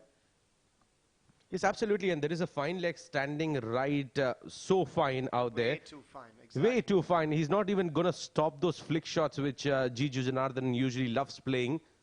So really surprising to see that sort of a fielder being placed there. I don't understand the logic behind that field placement. And especially if you're coming around the wicket, you swing the ball in, it's not going to go fine, it's going to go squarer. Absolutely, absolutely well said. Could be a wide, and there it is. And that fielder will only come in play if you bowl it that wide down the leg side that the keeper is not able to collect. Only then he'll be coming in play. Otherwise, he's of no use. Absolutely. It looks almost as if the fielder's there to stop the by 5 runs that might come off a wide delivery if the keeper misses. Now, what that means is you're not confident with the bowler. I think that would have been another wide if Jiju hadn't attempted that shot.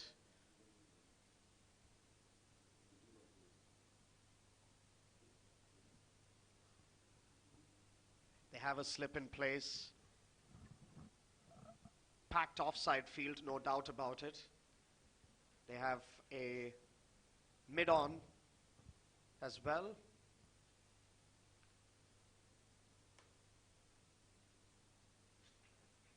Trying to play it upish over the cover region. Missing the line completely there. Jiju Janardhan on that occasion. End of the first over, 5 for 1.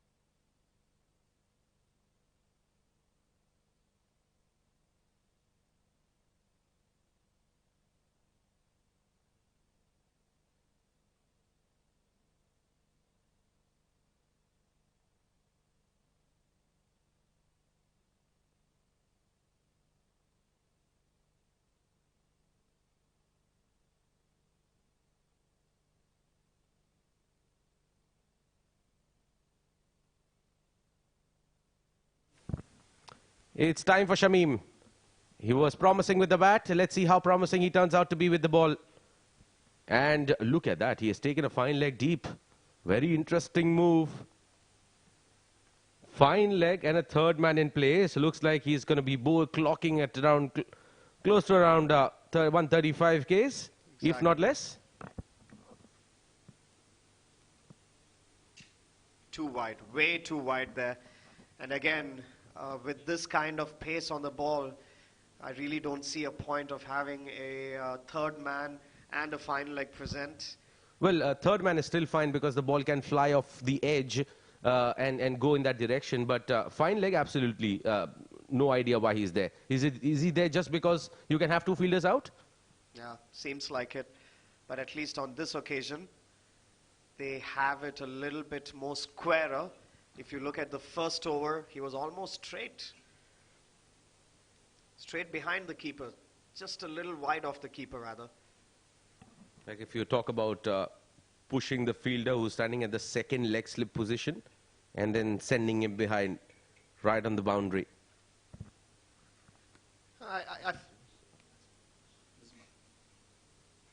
I feel that Sona Gold and Diamonds needs to leverage the situation they have at hand. There you go. That's the first boundary. Well timed by a pair. He's in complete control of that shot. Look at that. The ball swinging in, keeping an eye on the ball right till the end and playing a glorious looking pull shot. So that basically, as a fast bowler, you swing in either ways.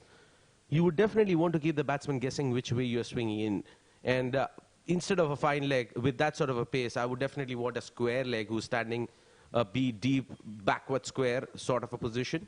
And always keep the batsman guessing what's coming in next. And you always have the probability of digging the ball short and forcing the batsman to play in that area. Absolutely. Spot on, Asim. And that is beautifully cut. Could go to the boundary there. It is a slow outfield. And they managed to get 2 runs on board.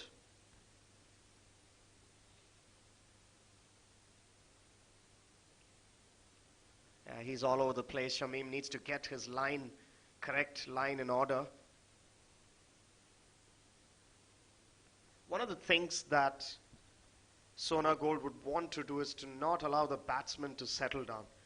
They did look a little bit edgy at the first over, especially after the loss of the first wicket.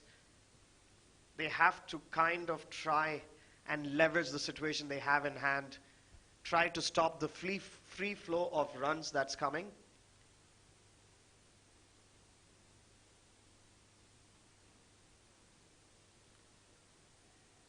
What a shot. Flicked it towards deep mid-wicket. Now that's Jiju's pet shot. He will back that sort of an approach regardless. That was a short-arm jab, not even a flick. Probably playing it with that face of the bat.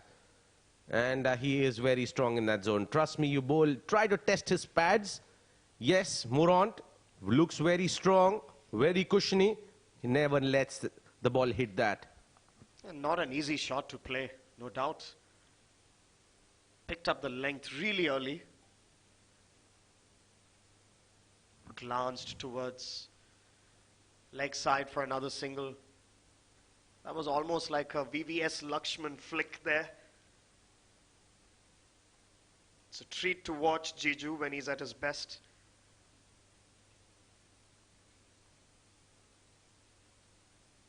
And Pacific Group now, they're finding momentum into their innings.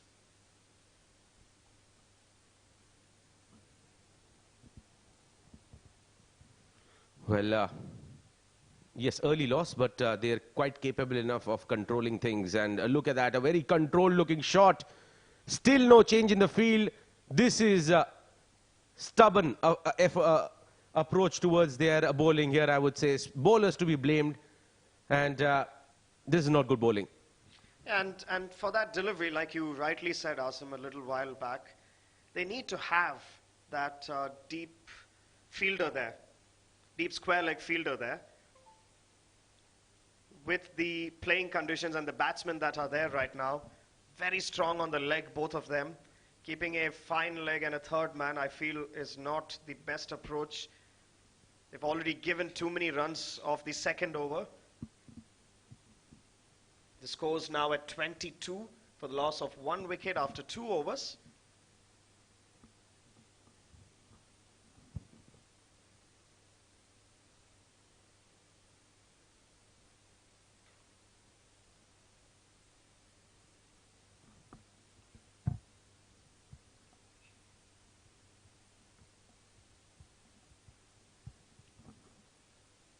Glance towards third man for a single. Zohaib continuing the proceedings for Pacific Group. And what a positive start here coming in from the man with that orange helmet on, Abhay Jotin. I think continuing from where he left. Tomorrow is the auction of that Indian domestic league that happens usually here in UAE. And this man will be the man to watch out for. Who bids for him highest? It's going to be that question. What a shot. Glorious. Abhay Jotin, you beauty. What a shot. Top shot from a top batsman. Oh, the timing on that. What a treat to watch. Almost made it look like child's play. And Zohaib, who is the better pick of the bowlers for Sona Gold, missing out on his length, a bit too full, and driven beautifully. Fielders all at the edge now. And an easy single taken there. 96 to get of 17 overs. Should be an easy affair if these two keep on batting the same way. Now, mind you, net run rate will definitely come into picture when we're talking about a long tournament like CBFS T20. 6 teams in one group, 5 games to be played in the league stages in that group, in the round robin stage. Now, when 2 teams are going to qualify out of those 6, you definitely need to keep an eye on the net run rate. Every team is definitely going to go after the kill against Sona Group and Daimonds. Yes, I'm not saying that they are definitely going to be easy affair. As the game progresses, they're definitely going to learn from their mistakes and come hard at the opposition. They'll have some changes in their combination as well when they get into the next game. But it is going to be very important for the teams that they try to focus on the net run rate aspect. If game is in your pocket, if the game is in your comfort zone, try to finish it off as early as possible. Yes, no doubt. Again, found the gap there, Jiju. Excellent shot, another couple of runs to his name. Yes, you're absolutely right there, Asim, about the net run rate, and this is something that Pacific Group will be looking at least for this match. They did have a shaky start in the first over, but they've come back really well at a current run rate of over 10 runs per over, leveraging the power play really well. They might be targeting the 60 to 70 run in the power play, and if they manage to do that and complete the game within 15 overs, they have a great advantage on the net run rate.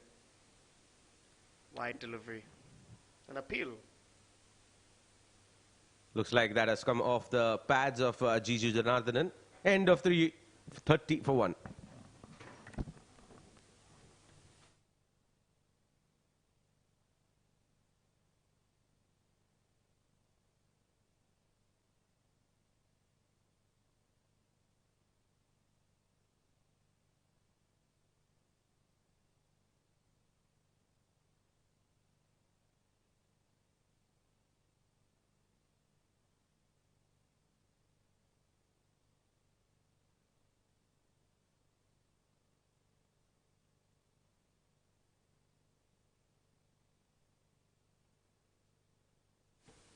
So 30 for 1 Pacific Group. Great start.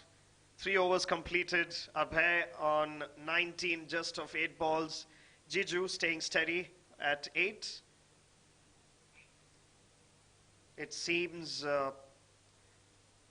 Sona Gold has listened to the cries of Asim and have kept a deep square leg fielder finally.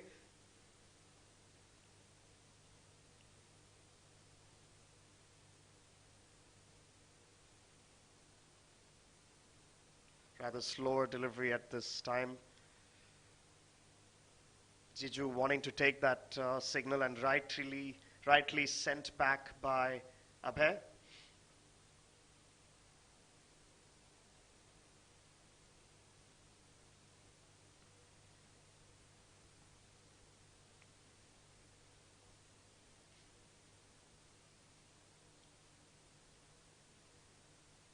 Abhay will be trying to gauge the pace and the movement at which Azim will be bowling here. Just not coming onto the bat that easily. Still managing to play it straight down the gun. And look at that comedy of error.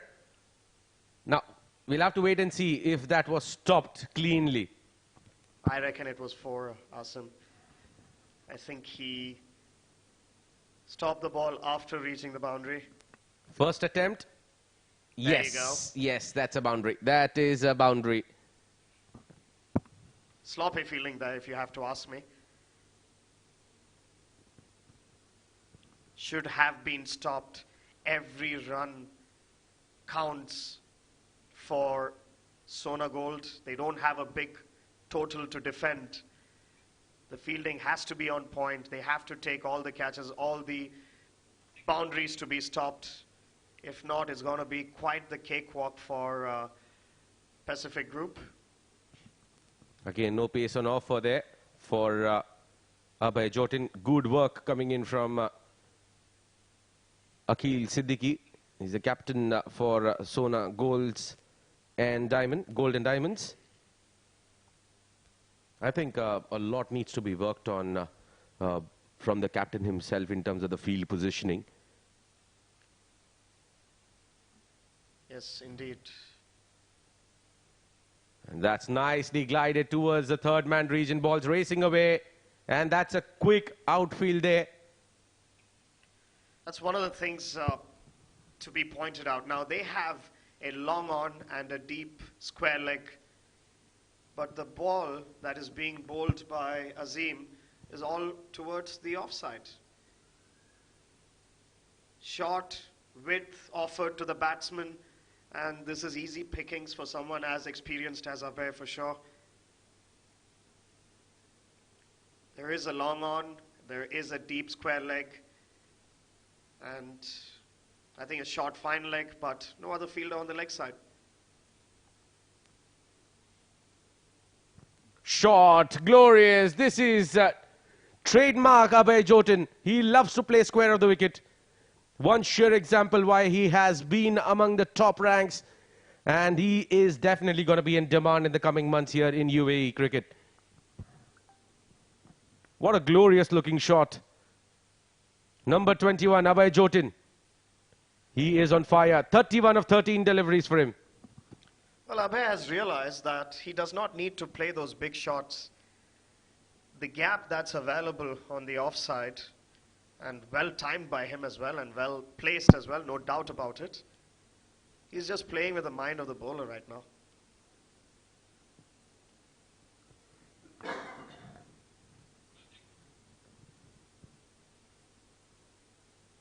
Could be wide here. Well, a well-directed bouncer. Yes, And, absolutely surprised the batsman, Abhay, on this occasion. Regardless, at the end of 4 overs, the score is 42 for 1.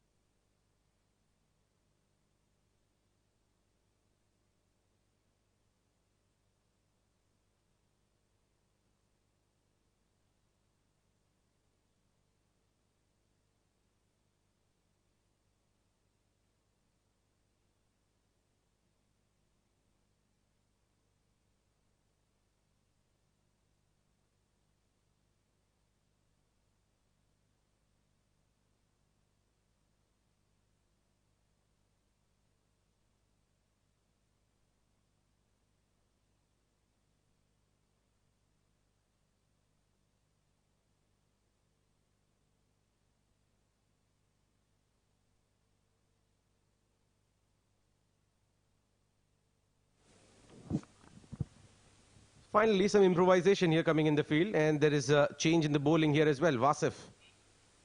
And he has been flicked nicely. Jiju loves playing that in that area.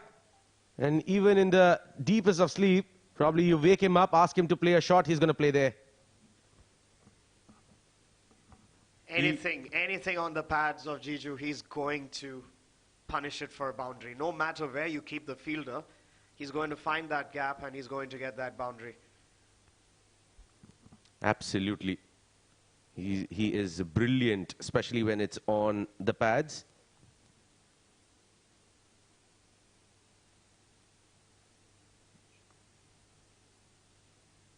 That has been checked.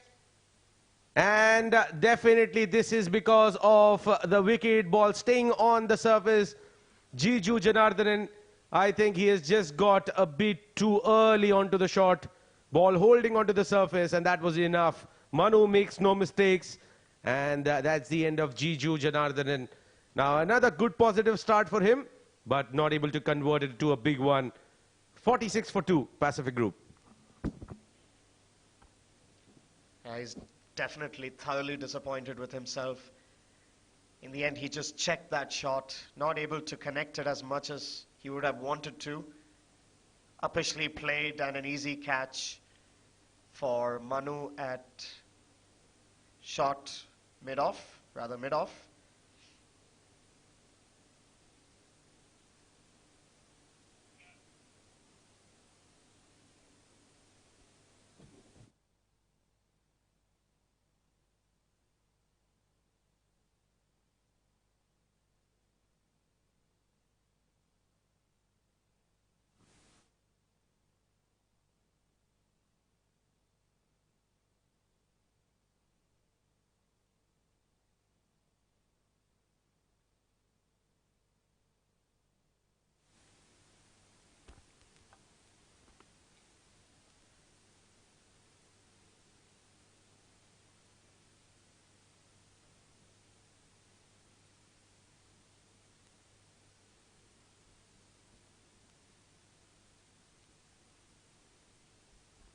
So it is Tendon, the left-handed batsman, who's come into the crease.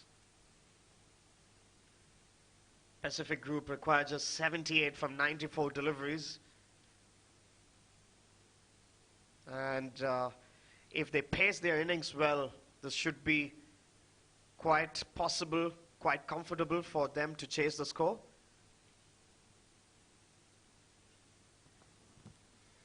Now, Ansh Tandon has been sent up here. In fact, he's been batting at that position here at number 4 for Pacific Group. Throughout the Bukhatar League, he was playing at that position. Played a fantastic knock as well. Scored 100 in that game. The team struggled to score runs. And he's out there.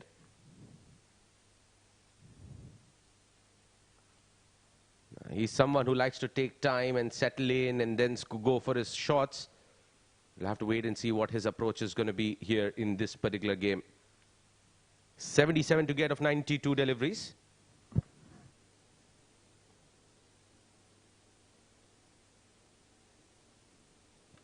It's definitely less than 5 runs or so required. Yeah, exactly 5 runs is the required run rate. Abhay's back on strike. And another wide.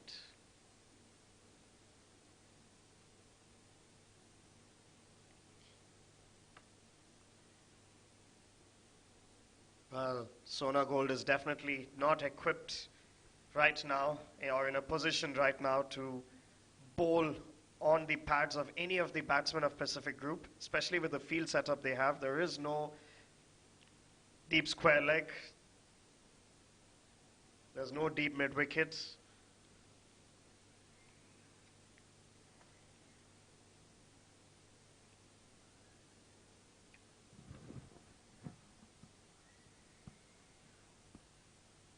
Abhay is well set right now. 31 of 15, a strike rate of 200.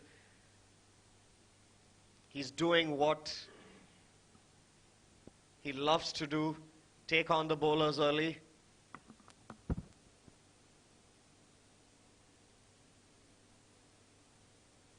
And at the end of 5 overs, the score is 48 for 2.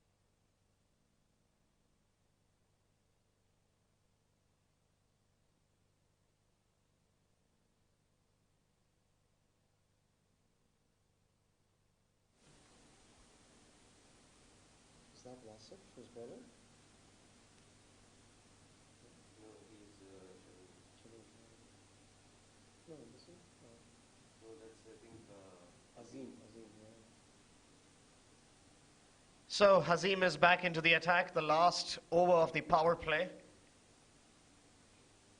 Packed offside field. Pitching rather low there. I think Tendon also realizes that he has all the time in the world to settle himself in. They have a good run rate already, 9.29 is the current run rate. 48 runs on board, just 76 required from 89 deliveries. Well, I think they'll have to keep that mission in line. That goal has to be very clear, that they need to try to finish it off as early as possible. But also keeping in mind that they do not want to make things tougher for them by losing wickets. And that was played in the air, collected on a bounce there by Shamim. In fact, sorry, Amir Kashmiri. I thought he lost a little bit of focus there, Tandon, on that occasion. There was a fielder in place for that very same shot. Deep square leg, long on in position, short fine leg. Those are the only three fielders on the leg side. So Azim has to get his line right, absolutely. Packed offside field, but he finds the gap.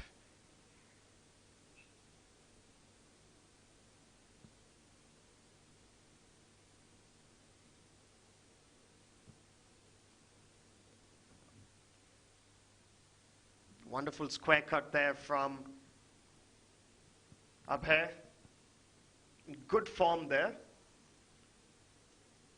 Classy shots. He's not taking too many chances. He's not going for the big ones. If you look at most of his boundaries, they've all just timed so perfectly. And no matter what field setup you put in, he will find that gap. Absolutely. You know, he's been spot on with his approach. And he has carried his overall approach towards the game. Now, that was not checked properly, but will not matter. They'll get easy too. As we were speaking a little bit earlier, that gap between deep square leg and long on, it's so huge that if you just nudge it down, you will be able to even probably take 3 runs.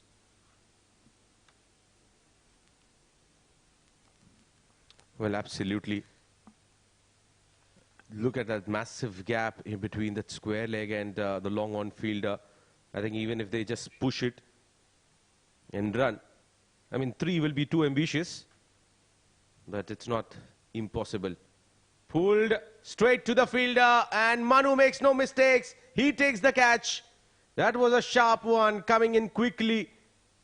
Well, I have my doubts on this, to be honest. I think he dropped it for a second, but... Well. Need to recheck that. That would definitely go to the third umpire for sure. They will have to recheck that for sure, because we want to have a slower version of it and understand what exactly happened there. It's going to be a difficult decision to be made for the third umpire, no doubt about it. He collected it at first, then dropped. Oh. Get a zoom in. We cannot make it out. Now the question is, did he get a couple of fingers? Not sure. I mean, can we have the zoomed in version? That would be better to actually make it out here. There, it reaches it pops hand. out. And. Oh, I think he's got it. Asim? Looks like yes. He's got it. The third umpire trying to check one last time just to be sure.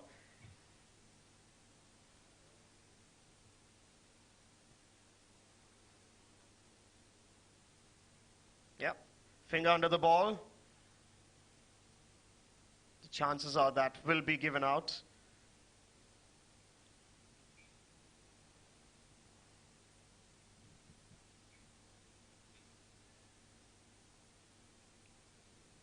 There's the zoomed in version.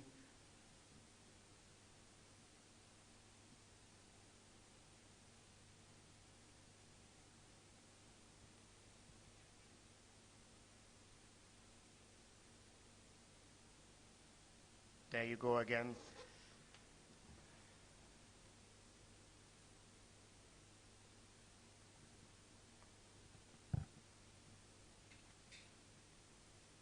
So the third umpire having a final go at it to see if there was any Now that's fine. indication. That is Yeah. absolutely fine. Here, this is not an issue. It's about when the ball pops out of his hand.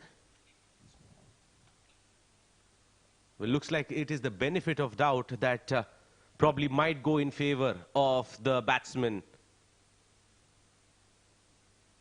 The benefit of doubt. That's the only thing that can save him here. No doubt about it. And looks like yes. Looks like yes, it has been given as a not out. Well, I have to say, Abhay did have a bit of a stroke of luck there, no doubt about it.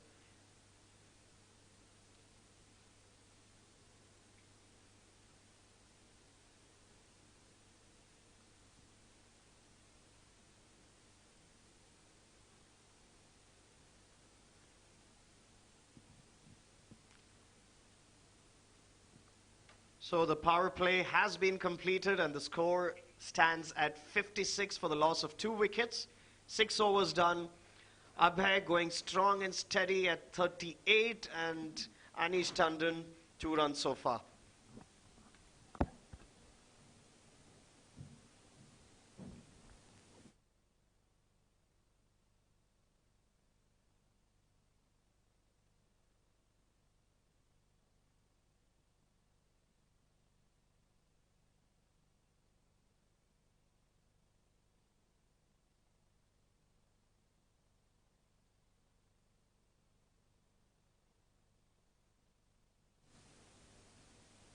So Abhay survives, 6 overs completed, 56 runs on board.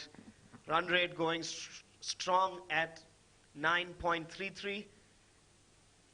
Pacific Group requires 68 runs from the remaining 14 overs, 84 balls.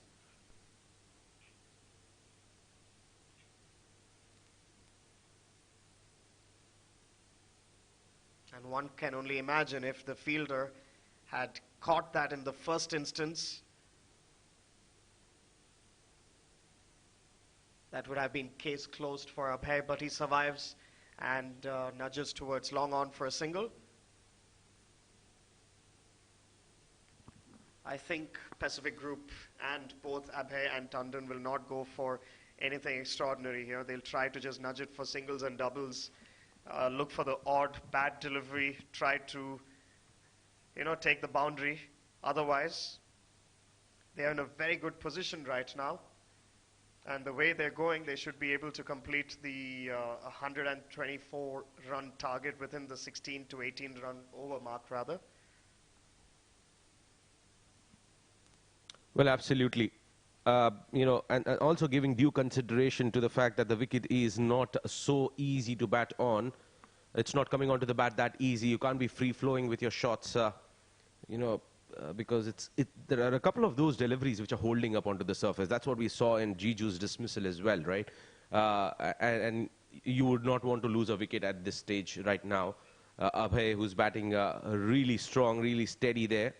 He has understand and assessed the situation pretty nicely. And look at that, nicely reading that slower delivery as well. So what's beauty about his approach overall, Azhar, is the fact that he watches the ball right till the end. Basics are very clear, and his overall approach towards his batting has been immaculate as far as the basics are concerned. Absolutely no doubt about it. He is a batsman right out of a coaching manual. But there's one, I wonder sometimes, why hasn't, there you go, another misfield.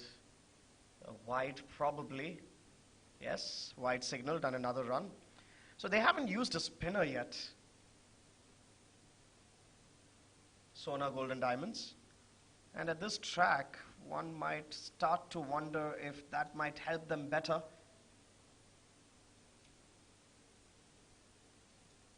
They need to break this partnership. They need to get Abhay. That's the only way they can come back into the game.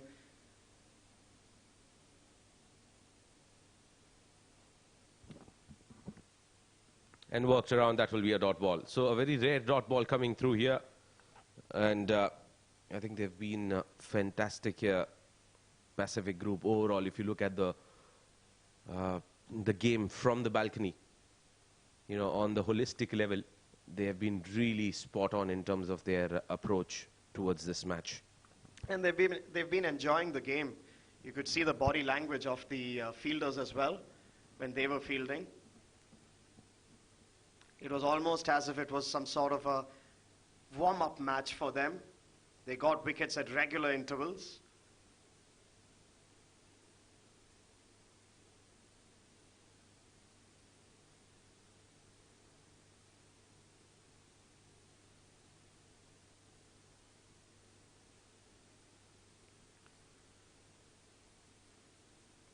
Wasif to bowl the final delivery of this over. And that's a dot ball. So at the end of 7 overs, the score stands at 62 for the loss of 2 wickets.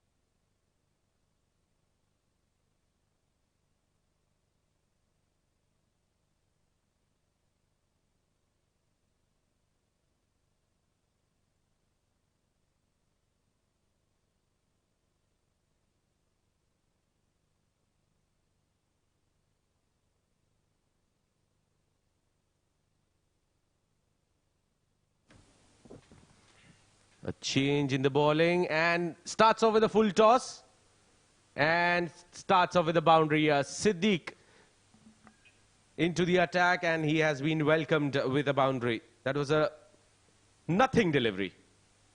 Absolutely nothing. Well, I'm sure he did not plead there to the umpire to call it as a try ball. I'll talk more about it. I have Nishant Majetia joining me in the comm box. Yes, thank you very much, Asim. Abhay said, thank you very much, Siddiq. We got that gift.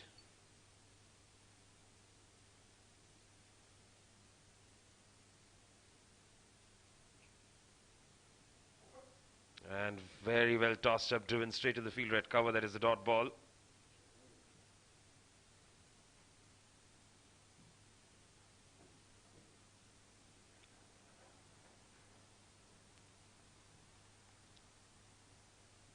Again, very loopy there, nicely driven by Abhay. Now, how different has this knock from Abhay been from the knocks that he used to play in the Bukhatir League? Just goes to show how versatile a batsman he is. Absolutely. I mean, he has been gorgeous to watch, you know, throughout, regardless of the, how short or how long the format is. It does not matter at all to this person because he's so versatile, as you said, that he adjusts himself to the need of the game or to the format of the game. Nicely played there by Ansh Tandon.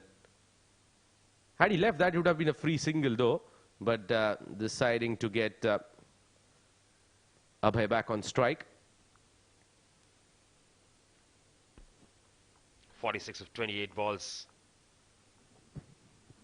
cracking innings this from Abhay.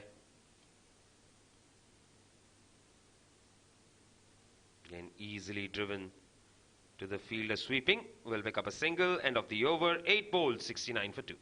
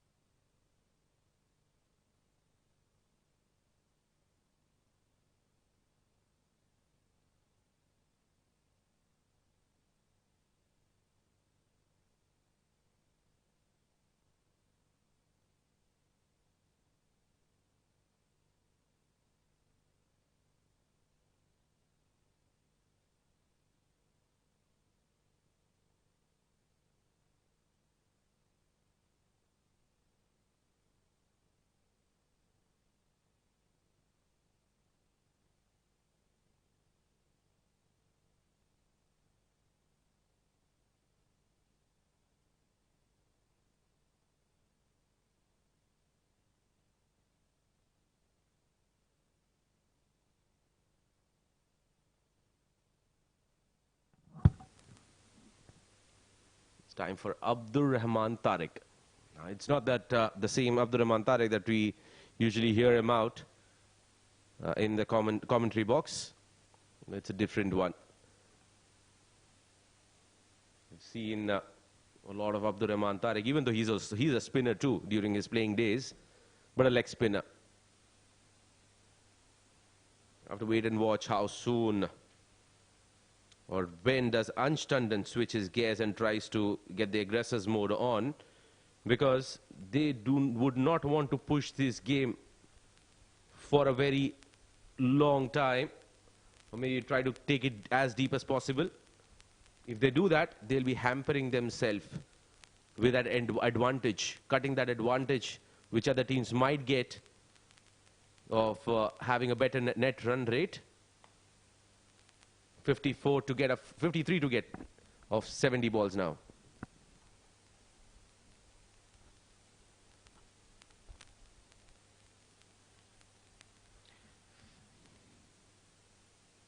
Waits for this one and just tucks it away. Running the first one hard. Will come back for the second. That's 50 for Abhay Jodin. Oh, direct hit there. Umpire not interested.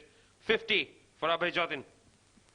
Well, what a player he has been. What a fine player he has been. I mean, gives you that typical Sanju Samson, vibe when Abhay is out there in the center. Lets his bat do the talking. He doesn't get involved into controversies or not very aggressive in his nature towards the game. But overall, as a batter, he has been fantastic. Comes from the same state. Pretty sure he's played a lot of cricket with him or against him. I mean, I'm not sure about that, but he's quite junior to Sanju. But definitely would have had, gatherings around him for sure, especially in his playing days in the domestic circuit in Kerala. But now has been a regular member for India A, Sanju Samson.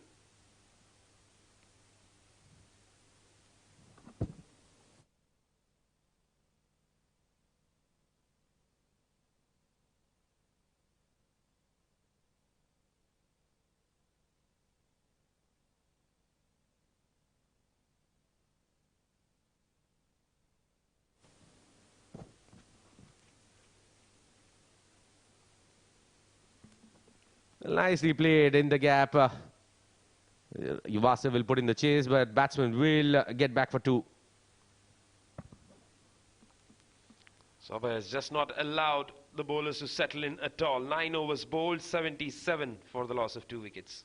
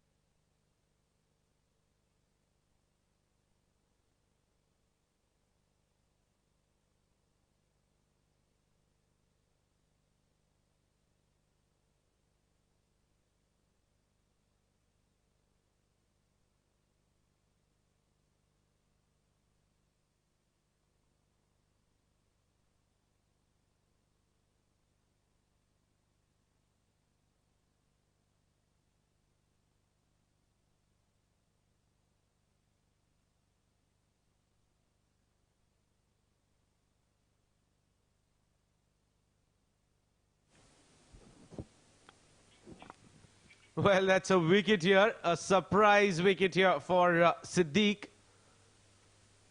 And it is Ansh Tandon. I think he wouldn't have liked the way he got out here. But finally, a wicket for Siddique. He has that final laugh there. Yes, Tandon departs, not quite getting the big knock that he would have wanted. Looking to go for that sweep. Now he's so slow that he completed a shot and the ball, ricocheted from his gloves to the stumps. I mean, he's that slow. You got to be waiting for a year, sit down, get up, and then play your shot. Nonetheless, 47 required here for Pacific Group in 65 deliveries. This is the 10th over in progress. And not sure when is Lakshman Manjrekar going to make his way out there, because we know how aggressive he is in his approach. We would definitely want to see more of Lakshman Manjrekar. And as we speak about him, it is him who replaces the left-handed Ansh Tandon.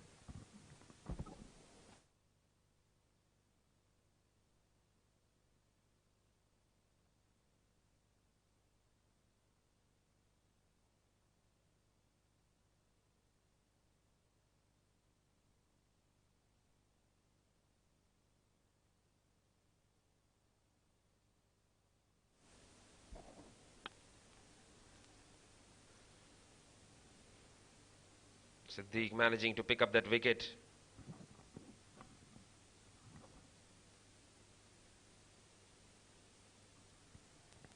Now playing it off the back foot there.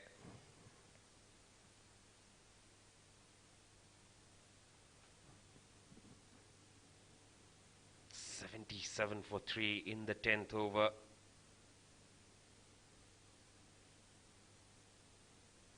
Left alone outside the off stump there.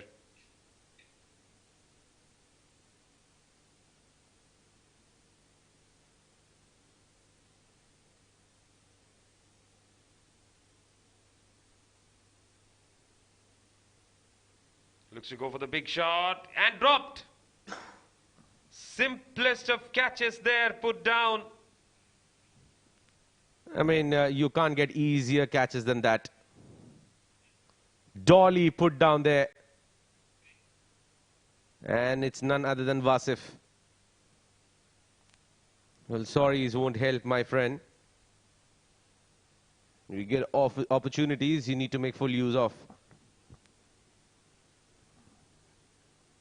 Push back to the bowler this time. That is a dot ball.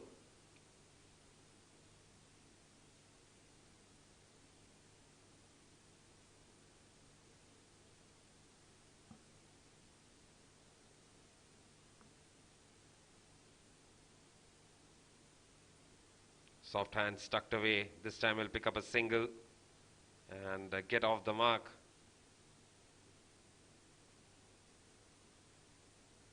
Halfway through. It's 79 for the loss of 3 wickets.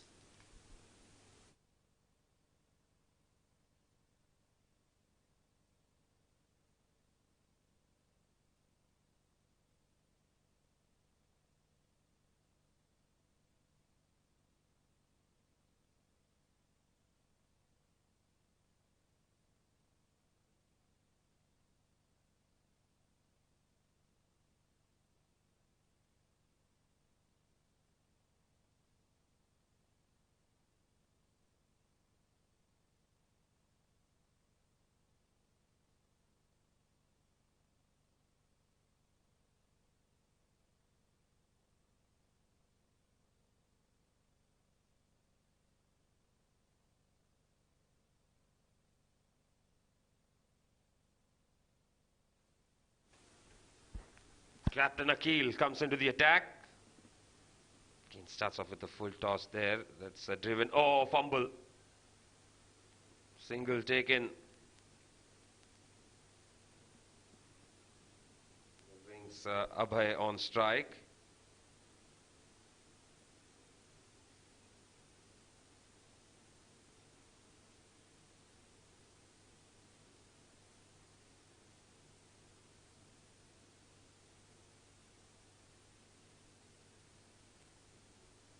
53 of 34. Looks to go over the top. And there is a long off in place. It's Akil. A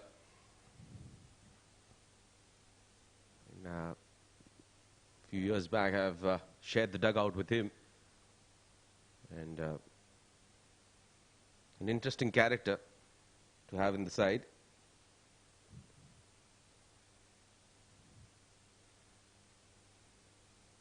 A very interesting bowling action as well.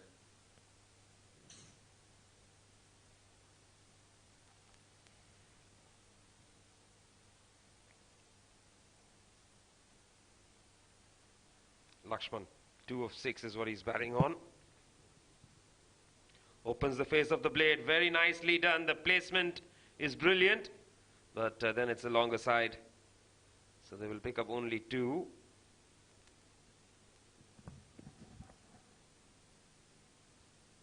.82 is what the score has moved on to.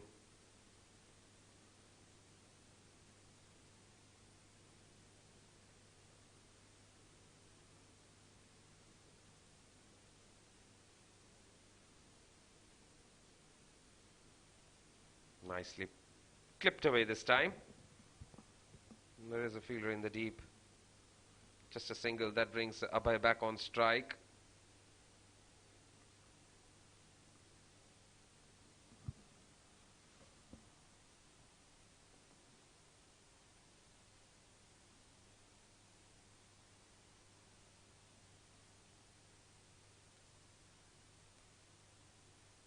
Nicely driven. Worked around, a lot of work there for Vasif, and that's going to be in vain. Boundary there. Nicely played by Abhay Jotin.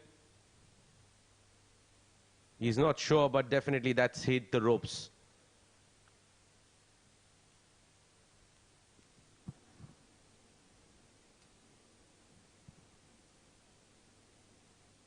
.11 overs have been bowled. It's 87 for the loss of 3 wickets.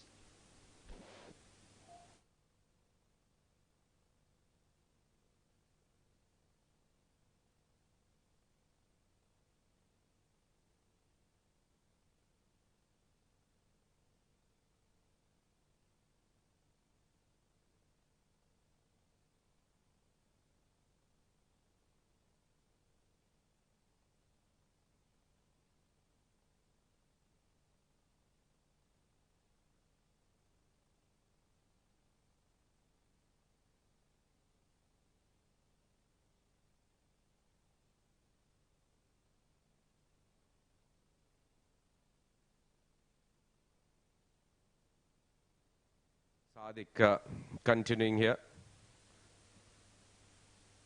Lakshman, who likes pace coming onto the bat, is not getting one at all.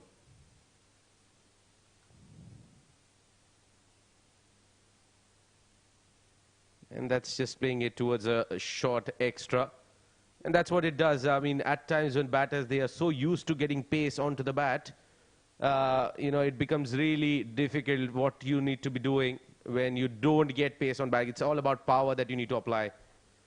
That's what he does now, and it looks like he's handed it straight to the fielder. Holds it on to Shamim. And that's the end of Lakshman Manjrekar. He is walking back to the pavilion. 4th wicket down for Pacific Group. Yes, looking to go for that big shot there, not quite getting it right. And simplest of catches there for the fielder in the deep. Lakshman goes for 5 of 11.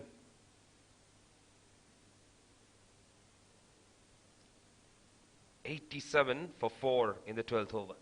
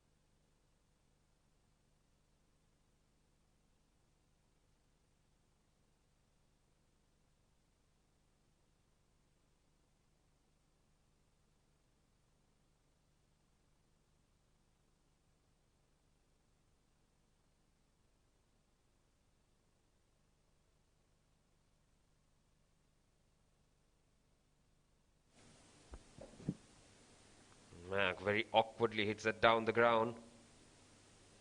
Gets a single.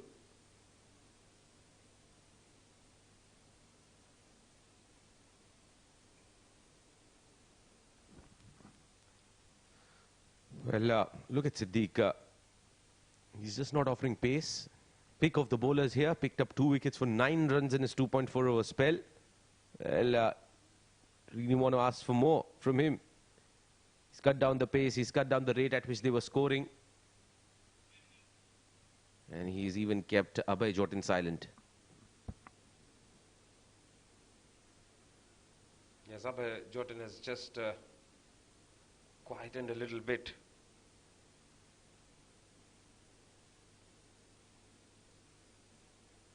Probably because wickets are falling at the other end. And that's nicely driven through the offside. The fielder in the deep gives it the chase. And they come back for 2 runs quite comfortably. 12 overs bowled. It's 91 for the loss of 4 wickets.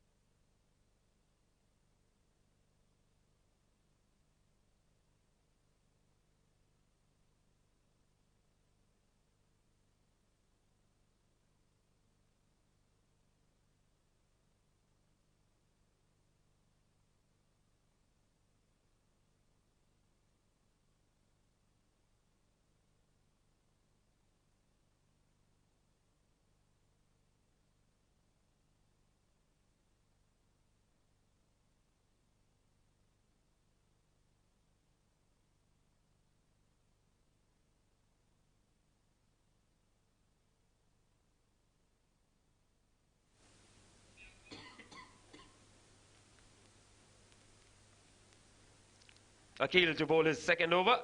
Abhay on strike. Too far outside the off-spin, but Abhay doesn't get it right. Will pick up a single. Time for a change in voices for one final time tonight as we see Azhar coming back into the comm box. Thank you, Nishant. Looks like a straightforward match here. Pacific Group requiring 33 of 47 deliveries. Quite easily gettable if they don't lose any wickets. Abhay in top-notch form. 59 of 38 so far. It's definitely the wall for Pacific Group. Lofted. This could be a chance, and he's gone. We were just talking about the consistency at which Abhay was playing, but missed out on this occasion, trying to go for the biggie and losing his wickets. Good catch there by the fielder. And Abhay, 59 of 40 deliveries, 5 wickets down. Pacific Group is now 91 after 12.2 overs.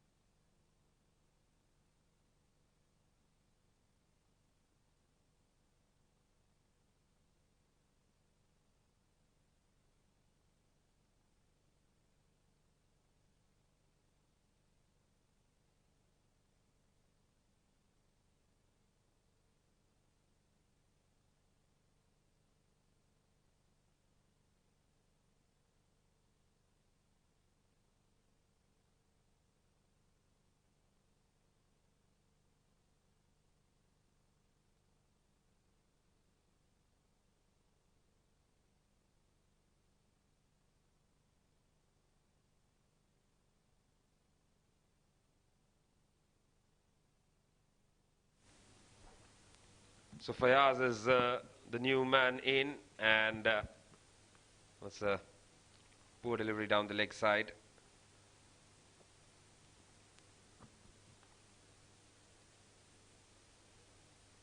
Too far down the leg side there. That is definitely a wide any day. Yeah, Akhil quite lucky on this occasion, I must say, because Fayaz was all set to blast that out towards the deep backward square leg area. Misfield, another misfield there, another single taken. Sona Gold just does have some sort of an opportunity here. 5 wickets down. Pacific Group still need 30 runs required of the remaining 44 balls in play. But it seems like the body language of Sona Gold is almost as if they've already given up. Don't you think, Nishant? Yes, pretty much so. Oh, that went up in the air a long way before reaching the batsman. Just a single. Well, if we had a speed camera, that would definitely be on the negative or on reverse for that delivery. It was slow, but it was on point.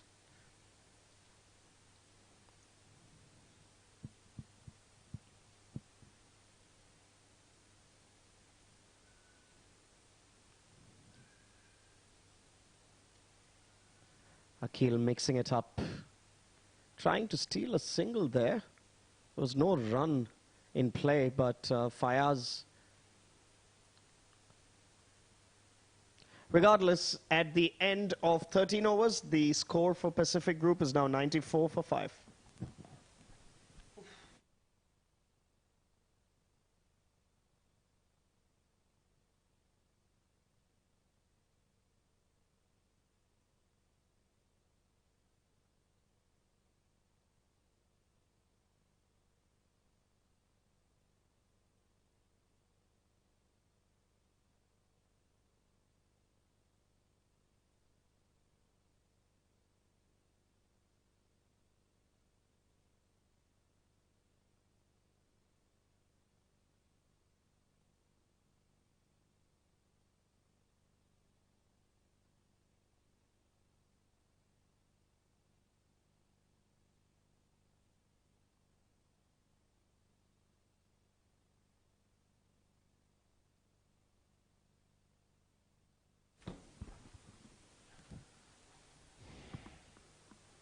Easy single there for Mayank.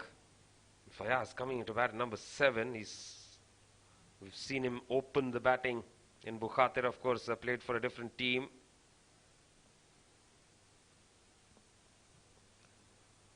Yeah, Siddiq here as well. He's mixed it up quite a bit. He's got 2 wickets to his name.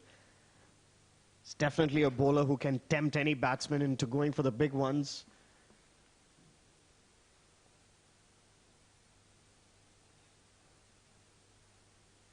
There you go. Great shot there by Fayaz towards, or rather above on and over mid-off. And a well-directed boundary there. Yes, that was pretty nicely struck. That's what Fayaz can do. It's almost as if he was waiting for that, waiting for an opportunity to cut himself loose. Executed really well, and with that shot they have moved the mid-off fielder towards long off. Regardless, a single taken,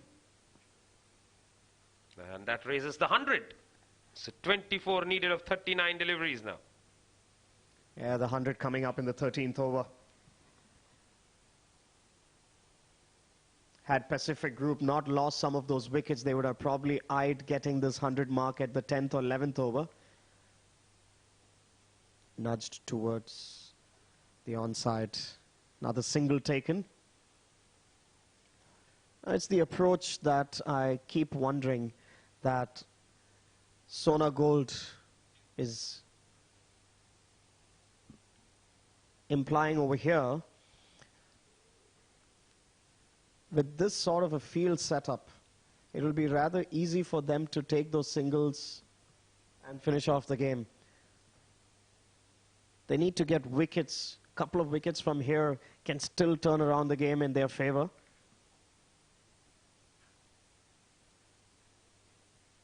Yes, but it is going to be very difficult considering the kind of batting that they have and the required rate.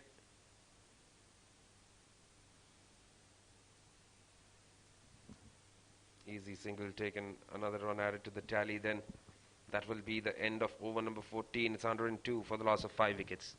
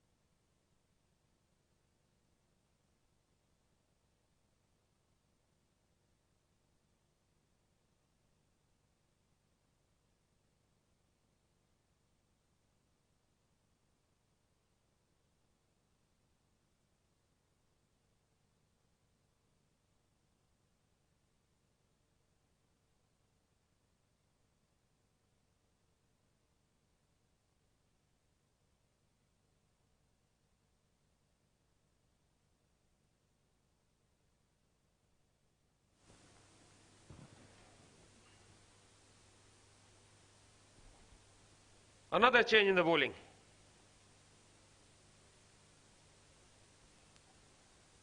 Amir Kashmiri coming into the attack now.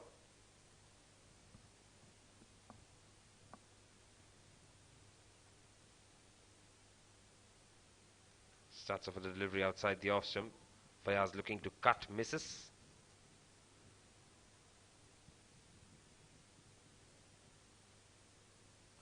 Well, he definitely have to pull off something incredible for his team, Amir Kashmiri. If Sona Gold needs, or rather has any chance left in this game.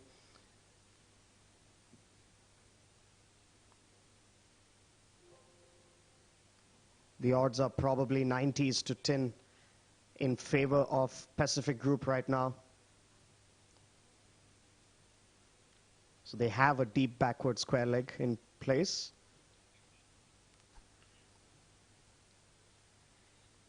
Full delivery this time outside the off stump. Looking to push it away, not quite getting it right.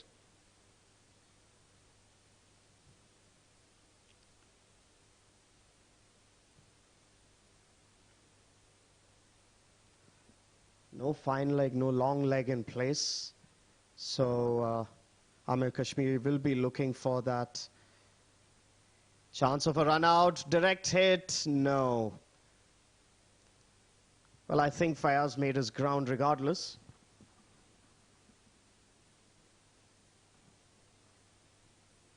Yes, looked like that. Oh yes, quite comfortably. So 21 required now. Mayank on strike.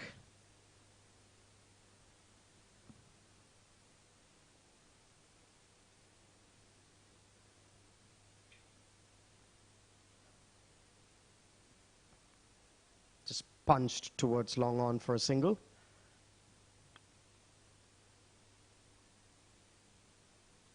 Seems to be getting his line right here so far, Amir Kashmiri, and one can wonder why he has not been used as a bowling option in the last 13 or 14 overs of this innings. 20 from 32 required. This is just getting a little bit more easier for Pacific Group. Full toss this time. That's been driven. Oh, it goes through the fielder there. They should be looking to pick up 2. Not quite. They'll be happy with the 1. Yeah, easy pickings for the batsman. Again, as we circle back to the body language part, it looks as if Sona Gold has almost given up. They did have some opportunities in between, but many misfields coming their way. It's definitely not going to help if you have to defend a low total of 123. Another attempted Yorker punched towards long on for a single. And at the end of 15 overs, the score is 106 for 5.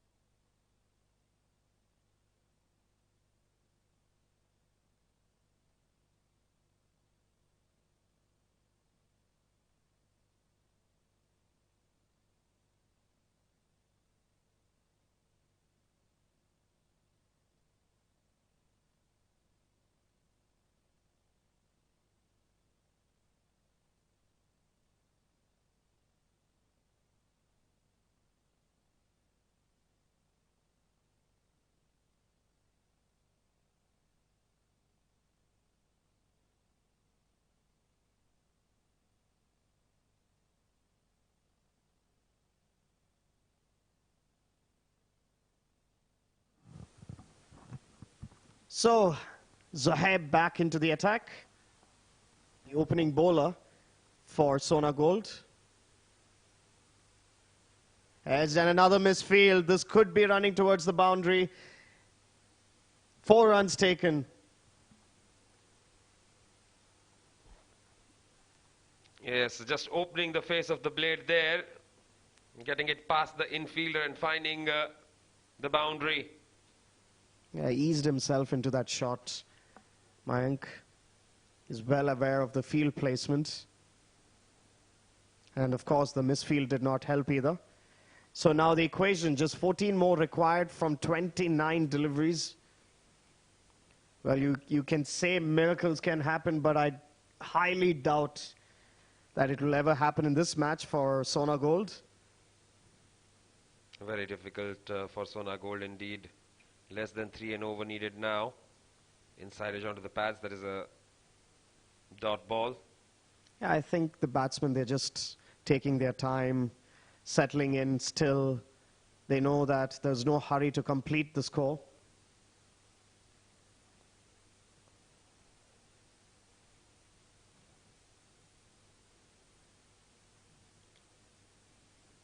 There's a field change.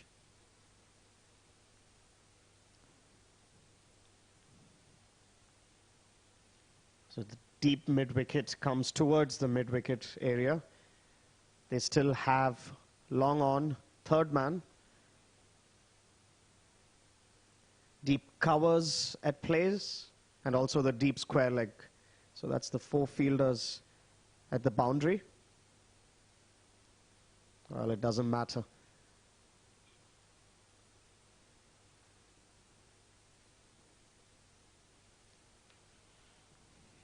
of 26. Well, I think Pacific Group need to go for the big shots and finish off the game. They have to remember that they need to utilize the opportunity that they have at hand to increasing the net run rate, something that Asim was speaking about a while earlier. They just need 14 runs. If they can manage to finish it within the 17th over, that would be ideal. But yes, another dot ball. Well left by the batsman. Yes, he was probably anticipating a wide, which didn't come through. Yes, absolutely. Very close call indeed, no doubt.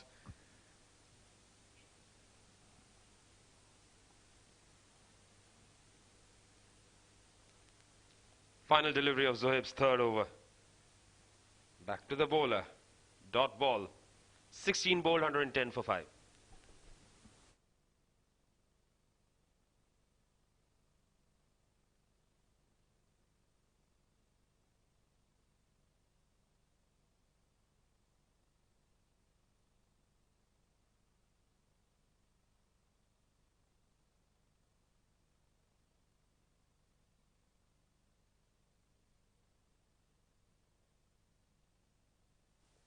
There's a total of 8 bowlers used by Sona Gold and Daimonds. Siddiq, of course, being the most successful one. 4 overs, 2 wickets, 20 runs given. Zohaib has a good economy, 3 overs, 17 runs with 1 wicket. Wasif, a wicket to his name as well as Akil.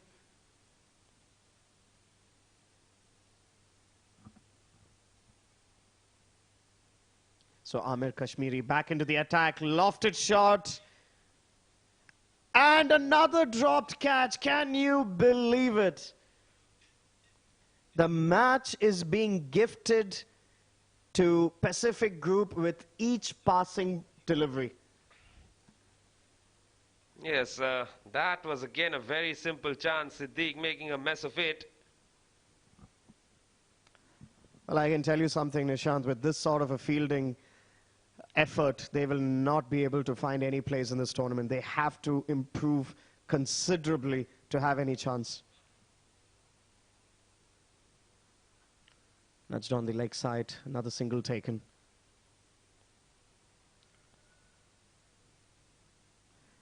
That catch could have probably created chances for them.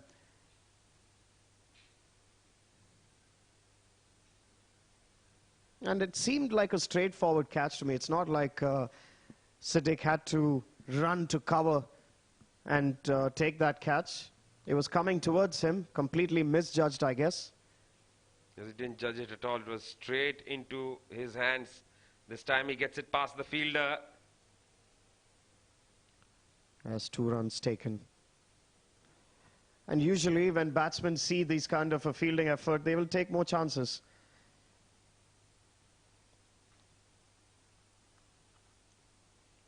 Ten runs away now. Fayaz will be wanting to finish off this in style, no doubt. He's got a life there.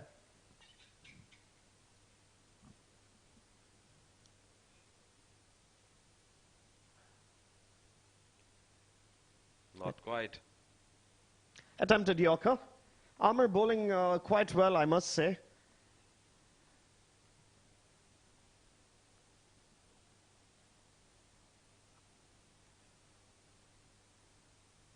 Well, it's almost as if even the bowler wants the match to be over as soon as possible. Playing a miss this time. Amir has come up with a pretty good spell. 1.5 none for 8. I have to say, Nishant, that I feel the batsmen also, they're taking it a bit lightly. They know they have all the time in the world. But that seemed some sort of a lazy attempt from Fayaz, who's already got a life, mind you.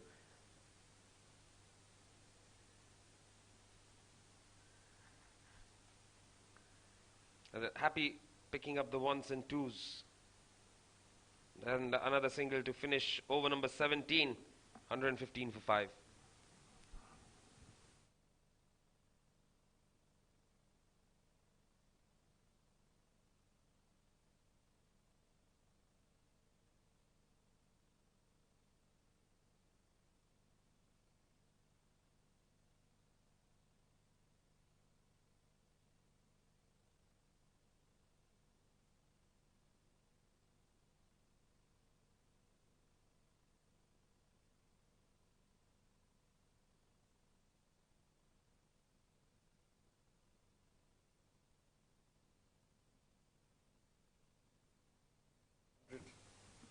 So, 9 runs required of 18 balls.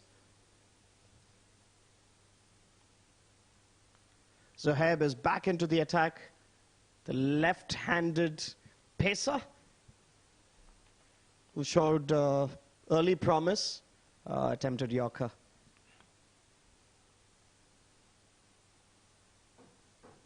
Oh, they're looking for the second run now of the overthrows. They'll get it. Well, I think Sona Gold and Daimonds have to find some sort of a technique to motivate the fielders. They clearly seem a bit disinterested in the whole process. 7 runs required from 17 balls. That was a juicy full toss there. Fayaz not able to convert that into a boundary. Yes, he'll be disappointed about that. But then it's just 7 more needed to win this game.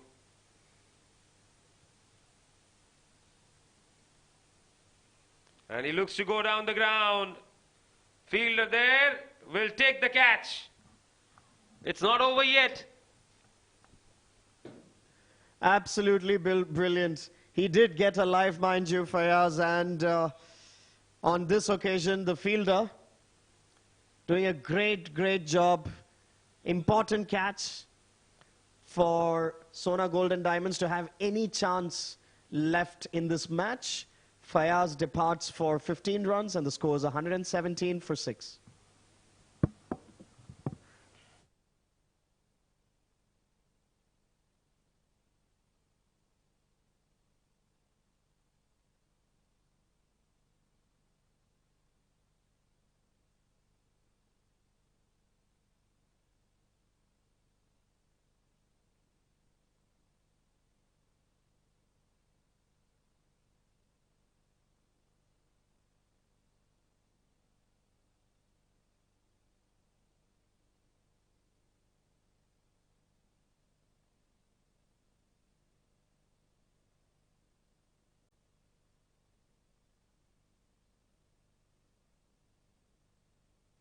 So 7 required from 15. In comes Mudassar, right-handed batsman.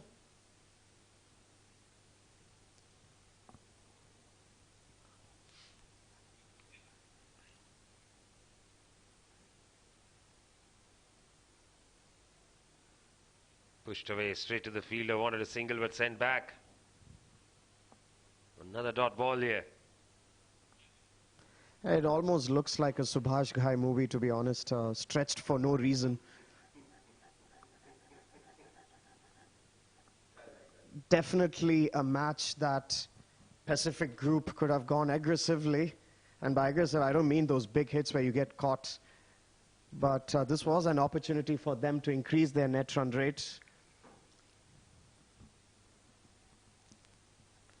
Will pick up a single now. 1 shot away from a win. How many shots will they take to get there? I reckon he's going to go for the biggie. Mayank has been there. He might want that glory shot, Dhoni finish. Let's see. Yeah, it was an attempt. And a single taken. We'll still have the opportunity to do that. 18 bowled, 119 for 6.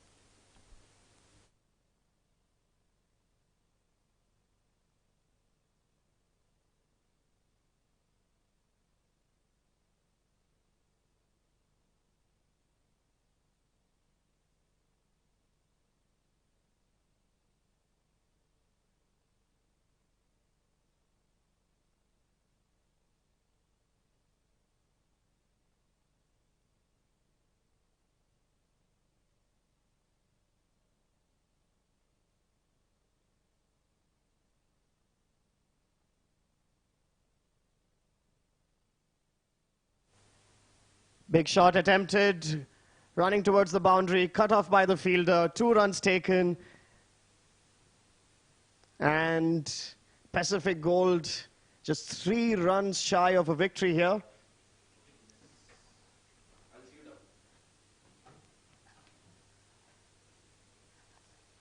Mayank is on strike. Nitish, come on, what's your guess? Well, the attempt will be there to go for the shot, and he gets it straight to the fielder. Chance of a run out at the non-striker's end. Not to be. Comedy of errors, if you would ask me. I think from Subhash Ghai, it has gone to Rohit Shetty. There are chances, there are so many chances in my view that Sona Gold did not capitalize on.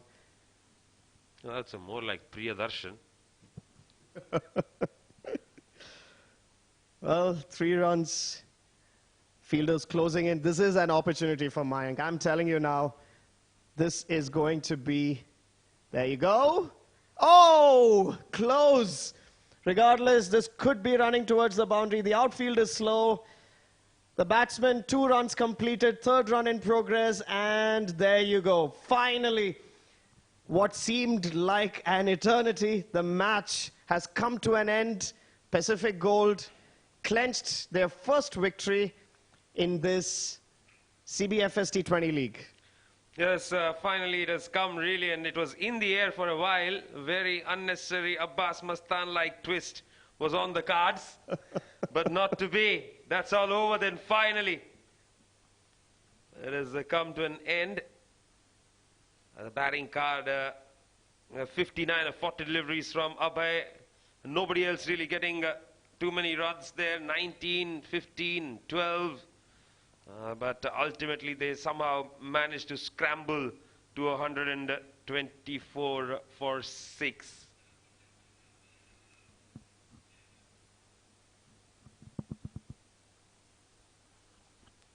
Well, for the bowlers, it was pretty much a carnival. There were 8 bowlers used, 2 bowlers picking up 2 wickets apiece, Zohaib and Siddiq, a wicket apiece for Wasif and Akil. Others not quite there.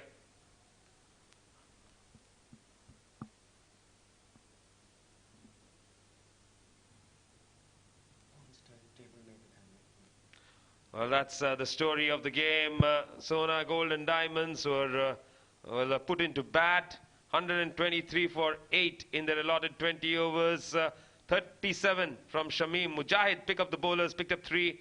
In reply, Abhay Jotin's 59 of 40 ensured that while it was slightly delayed, there were no really hiccups as they finished with 124 for 6, winning the game by 4 wickets.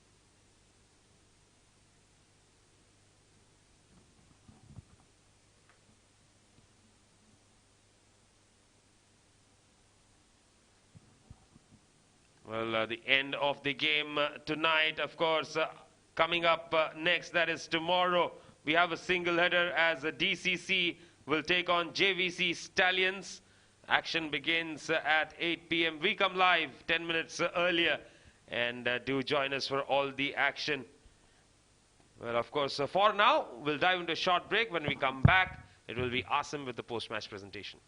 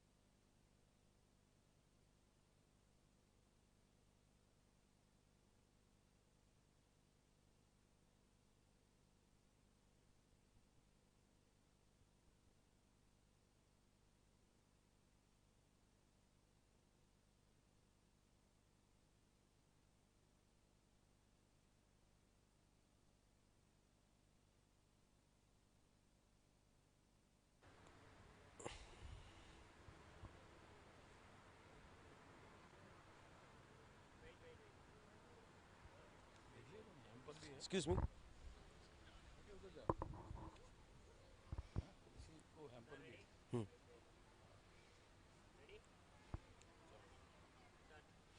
Good evening, ladies and gentlemen, and welcome to the post-match presentation of SkyExchange.net CBFS T20 League, and this is the Season 2, which is powered by FanCode. Now, I would like to thank all our sponsors who have continuously supported us, starting with the title sponsor, SkyExchange.net, official streaming partner, FanCode, event partner, TCM, toss partner Arba Sports Services, rsook.com, who's our associate sponsor. Support sponsor is Toyom Sports Limited, and our merchandising partner is 7 Districts. Now, this was the 4th game of the tournament that was played between Sona Gold and Daimonds. That took on Pacific Group, and Pacific Group winning the game by 4 wickets. It was a good contest after winning the toss, electing to field first, restricting the opposition to a low total, and then chasing it down. And I have the match referee, Tehseen Javed, who will be awarding the man of the match to none other than the captain of Pacific Group, for finishing off with a spell of 3 wickets for 15 runs in his 4-over spell. Mujahid Amin is our man of the match, and he'll be receiving a gift hamper from rsook.com, and also will be receiving a 20%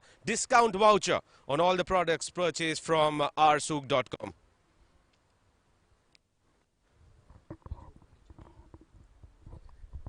Modi भाई, first of all congratulations, माशाल्लाह अच्छी जीत रही. कितना important है कप्तान होने के साथ साथ ऐसी परफॉर्मेंस देना? फर्स्ट ऑफ ऑल तो अल्लाह का शुक्र अदा करूँगा कि काफ़ी टाइम बाद मैं मैन ऑफ द मैच हुआ हूँ. बाकी दूसरा जो कप्तान के साथ डिफ़िकल्ट होता है, रिस्पॉन्सिबिलिटी ज़्यादा होती है, लेकिन उसी में हम तो काफ़ी टाइम से यहाँ पे खेल रहे हैं, तो परफॉर्म करना उसमें मुश्किल भी होता है और इजी भी है. अगर आप प्रेशर नहीं लेंगे तो इजी है, ऐसा कुछ इशू नहीं है. वेल, कहीं ना कहीं आप सोच रहे रहेंगे कि काश ये मैच जल्दी फिनिश कर लिए होते. नेट रन रेट, क्योंकि एक बड़ा टूर्नामेंट है, 6 टीम्स है जिसमें 2 टीम आगे सेमीफाइनल में जाएगी, तो कहीं ना कहीं आपको लगता है कि आप लोग ने काफ़ी देर कर दी गेम फिनिश करने में? हाँ, थोड़ा बहुत ऐसा है. आज हमने बैटिंग ऑर्डर भी थोड़ा इस वजह से किया कि हमारे लोअर ऑर्डर बैट्समैन को ऊपर हम थोड़ा चांस दिया है. बट ओवरऑल ऐसा कुछ नहीं है. थोड़ा था जल्दी ख़त्म हो जाता, लेकिन एट द एंड जीत के साथ खुश हैं. वेल, और एक बात बताइए, एक नई जिम्मेदारी आई है आपके ऊपर कप्तानी की. कितना आसान फील कर रहे हैं, कितना डिफ़िकल्ट होता है टीम को लीड करना? ज़्यादा सोचा जाए तो मुश्किल है, वैसे इतना नहीं है, क्योंकि काफ़ी टाइम हम 4-5 प्लेयर्स हैं जो हम काफ़ी टाइम से इकट्ठे खेल रहे हैं. कुछ प्लेयर ऐड होते हैं, चेंज होते रहते हैं, तो ऐसा कुछ मसला नहीं है. यूई में आपको पता है छोटा सा एक क्रिकेट का सर्किट है हमारा, तो हम लोग कभी हम उनके साथ खेलते हैं, कभी हमारे साथ खेलते हैं, तो ऐसा कुछ इशू नहीं है. अल्हम्दुलिल्लाह टीम का कम्बिनेशन अच्छा बन रहा है. तो अभी 2-3 और प्लेयर हैं हमारे जो वर्ल्ड कप खेल के आए हैं, तो इंशाल्लाह अच्छा सेटअप बन जाएगा. चलिए हम बात करते हैं मोहम्मद वसीम. इस टीम में, इस कॉम्बिनेशन के अंदर मोहम्मद वसीम जब आते हैं तो कितना कॉन्फिडेंट फील करती है टीम? बहुत ज़्यादा. वसीम का तो आपने मैं तो 2 साल से पैसिफिक ग्रुप में हूँ, ठीक है. वसीम की वजह से हमारी मतलब एक जान आती है कि मैच विनर प्लेयर है वसीम हो गए, ज़ौर भाई हो गए, तो उसमें डेफिनेटली बात है कि हमारी बैटिंग, मतलब हमारे जो बैट्समैन हैं उनको भी बहुत कॉन्फिडेंस फील होता है. इवन कि जब वो फील्डिंग में होता है तो बहुत कॉन्फिडेंस फील होता है. मैनेजमेंट हमारी, उनका शुक्रिया अदा करूंगा, उन्होंने सपोर्ट है हमारे साथ. हम लोग वसीम और हम लोग काफ़ी साथ खेल रहे हैं, तो एक अच्छा मोमेंटम बना हुआ है. जैसे आपने कहा था काफ़ी टाइम बाद man of the match award मिला है, इससे ज़्यादा खुशी मुझे नहीं हुई, क्योंकि मैं लेफ्ट आर्म स्पिनर्स को बहुत पसंद करता हूं personally. One of the favourite left arm spinners भी रहे हैं आप मेरे, तो उम्मीद करता हूं इसी परफॉर्मेंस आप कंटिन्यू करते रहें. इंशाल्लाह. Thank you. All the very best. Go well. So that was the man of the match, Mujahid Amin, the captain, leading from the front. And that's it from the post-match presentation. We'll be coming in live tomorrow, where DCC Starlets, they take on JVC Stallions. And that will be live from Sharjah Cricket Stadium. Until then, have a pleasant weekend and have a happy Diwali.